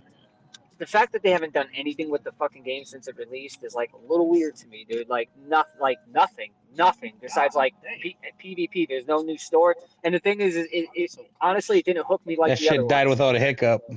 Like, bro, on some real shit, it didn't hook me like, and I thought the open world shit was gonna really like be like the shit for me, and it was like, nah, bro, I don't need. The game was half done. Yeah. I actually talked to someone who worked on that game. The big thing was they sat on that game for like 4 years because they were waiting for the engine to be developed or to be finished. So like a lot of the guys that worked on it didn't do anything for like 3 years. And fucking, they never did finish the engine. Like that's why it kind of looks shitty. And it runs okay because it's spliced from the old Bungie engine that they used. But they got it up to 70%. The engine's 70% done, and they were like, "Fuck it, it's been like 5 years. We got to put this out." Yeah, so the engine was never. It was never a finished product. Now they're moving to Unreal Engine. So. Exactly. That's why the engine's still not fucking finished. Like. So. But a dude was like, I wasn't mad. I got treated fine. I just left because I was bored. I didn't do anything for 3 years. Where at? Bungie, or not Bungie, 343. Oh, yeah. Bungie or Halo Studios. And he said it was hard to get anything done because they'd use contractors, and what would happen, they get these guys, they were only making like 16, 18 bucks an hour, and they didn't get no vacation on them because they were contractors, and because they were like usually right out of school, like no experience, and they'd work there for 3 or 6 months, they'd get experience, and they could get some AA studio or indie studio or something like that, and they give them more money and vacation and benefits and shit, and then they'd have to replace them, and it was just a repeating cycle over and repeating over. cycle. Right. Constantly having to train some new people and fucking teaching them their ways. Get 6 months of experience, they finally get up to speed, and then they're gone again. So. Yeah, I don't like that they do that either. Like the fact that they like basically subcontract everything. Well, they do it because they don't have to pay benefits or vacation or fucking pay raises or anything like that. So. And that's just like a whole scummy fucking mindset to have in a business. Like I understand, like it ends up costing them more though because they never get anything done. That's what I'm saying. Yeah. You do all this development time to barely sell any fucking. You spend games. 6 months into training a guy, and once he gets trained, he gets another job and leaves, and he starts. Yeah. What's the saying? What's cheap now is expensive later, or some shit like that. Yeah. Yeah, it's crazy, but all right, guys, this is it, man. I'm calling it a night. It was a great show. I think it was a really good show. I went off the rails a little bit there with the whole fucking, if you hate the West, you hate our country, with our problems, get the fuck out of here, go live. It all started because of internet fucking shit. And look, man, just because it's not happening to you doesn't mean it's not happening anywhere else. So keep that in mind. Over 4 billion people on this planet don't have steady internet. Over 2.5 billion people don't have any internet at all. So keep that in mind next time you go out there saying, hey, Nintendo's doing it to protect themselves. Protect themselves from what? From you seeing the fucking UI that changes almost nothing?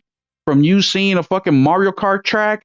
Like, come on. They're not protecting any fucking thing. They just want control. And that's what we got to fight against, whether it's PlayStation, Xbox, Steam, doesn't fucking matter.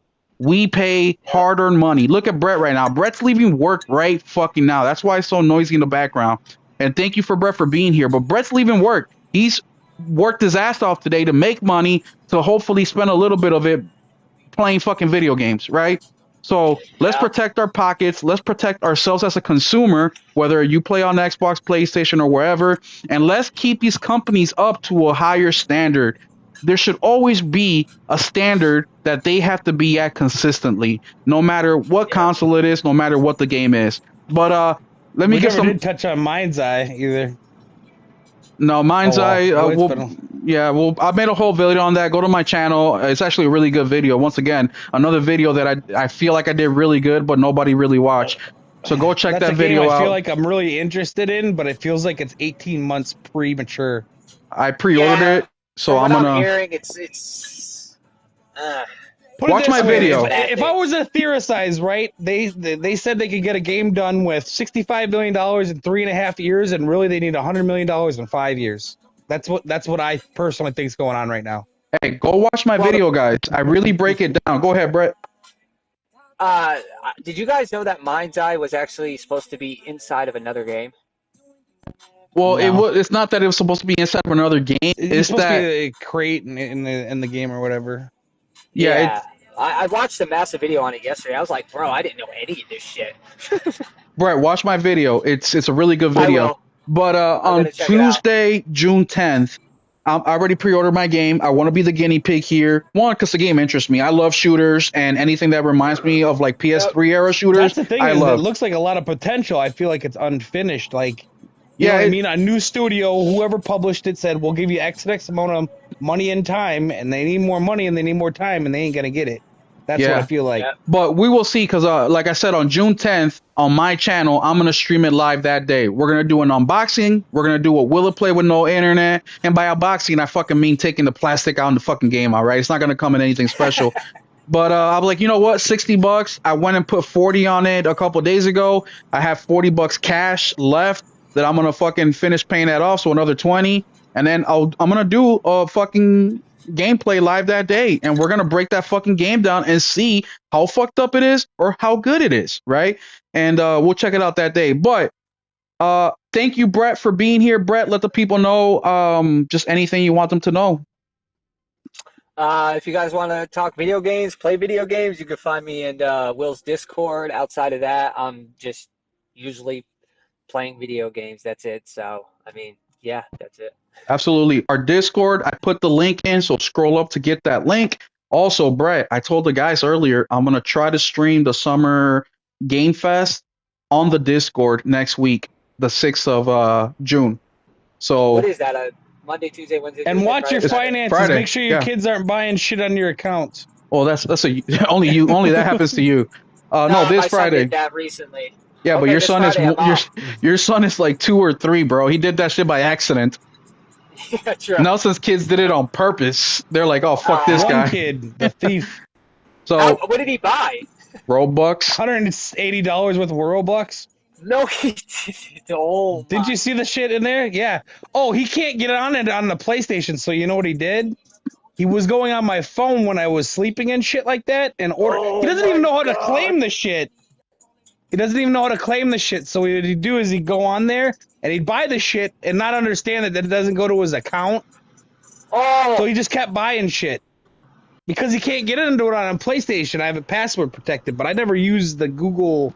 I don't buy any cell phone game. I don't have any cell phone games. I don't buy any of that shit. So, Right. and it's a new phone. I've only had it 2 or 3 weeks, so I've never even subscribed to anything new where I've had to set up biometrics or blah, blah, blah, Yes. whatever. Yeah, so crazy. he's So, buying $180 of shit and he couldn't even use it. Yep. Couldn't even use it. Yeah, that's wild. Yep. Yeah. Yeah, But no, he couldn't, Nelson's get kid. through it, he couldn't get to it on PlayStation, so he went around. You know what? You know how I caught him? He used my phone because I was making him clean the room, right?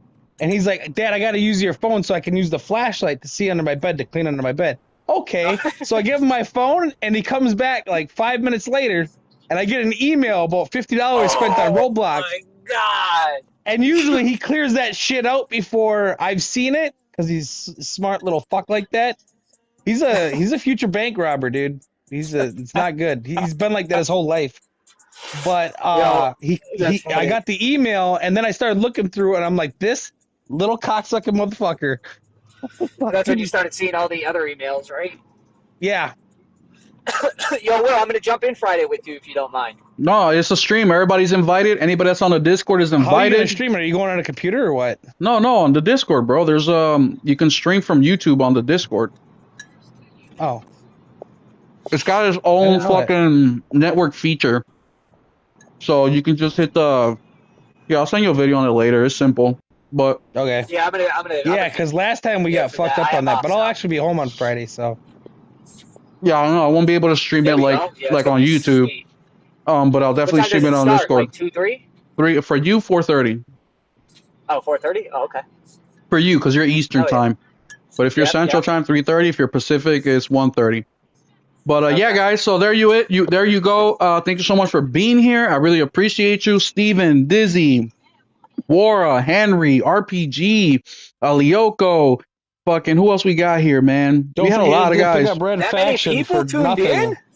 Huh? Holy Yeah. shit. That many We're people popular. tuned in? Let's go. Yeah, we had like 20 people in here.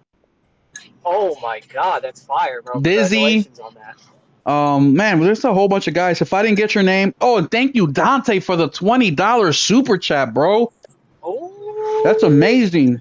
But yeah, thank you guys so much. Join the Discord, hit the subscribe button, hit the like button, and we'll catch you next week Sunday for the State of Game podcast. Otherwise, we'll catch you on Tuesday for the Just Playing podcast, and then Friday, if you join our Discord, I'm gonna stream the summer game show through the Discord for the Discord. So make sure you join so you're there.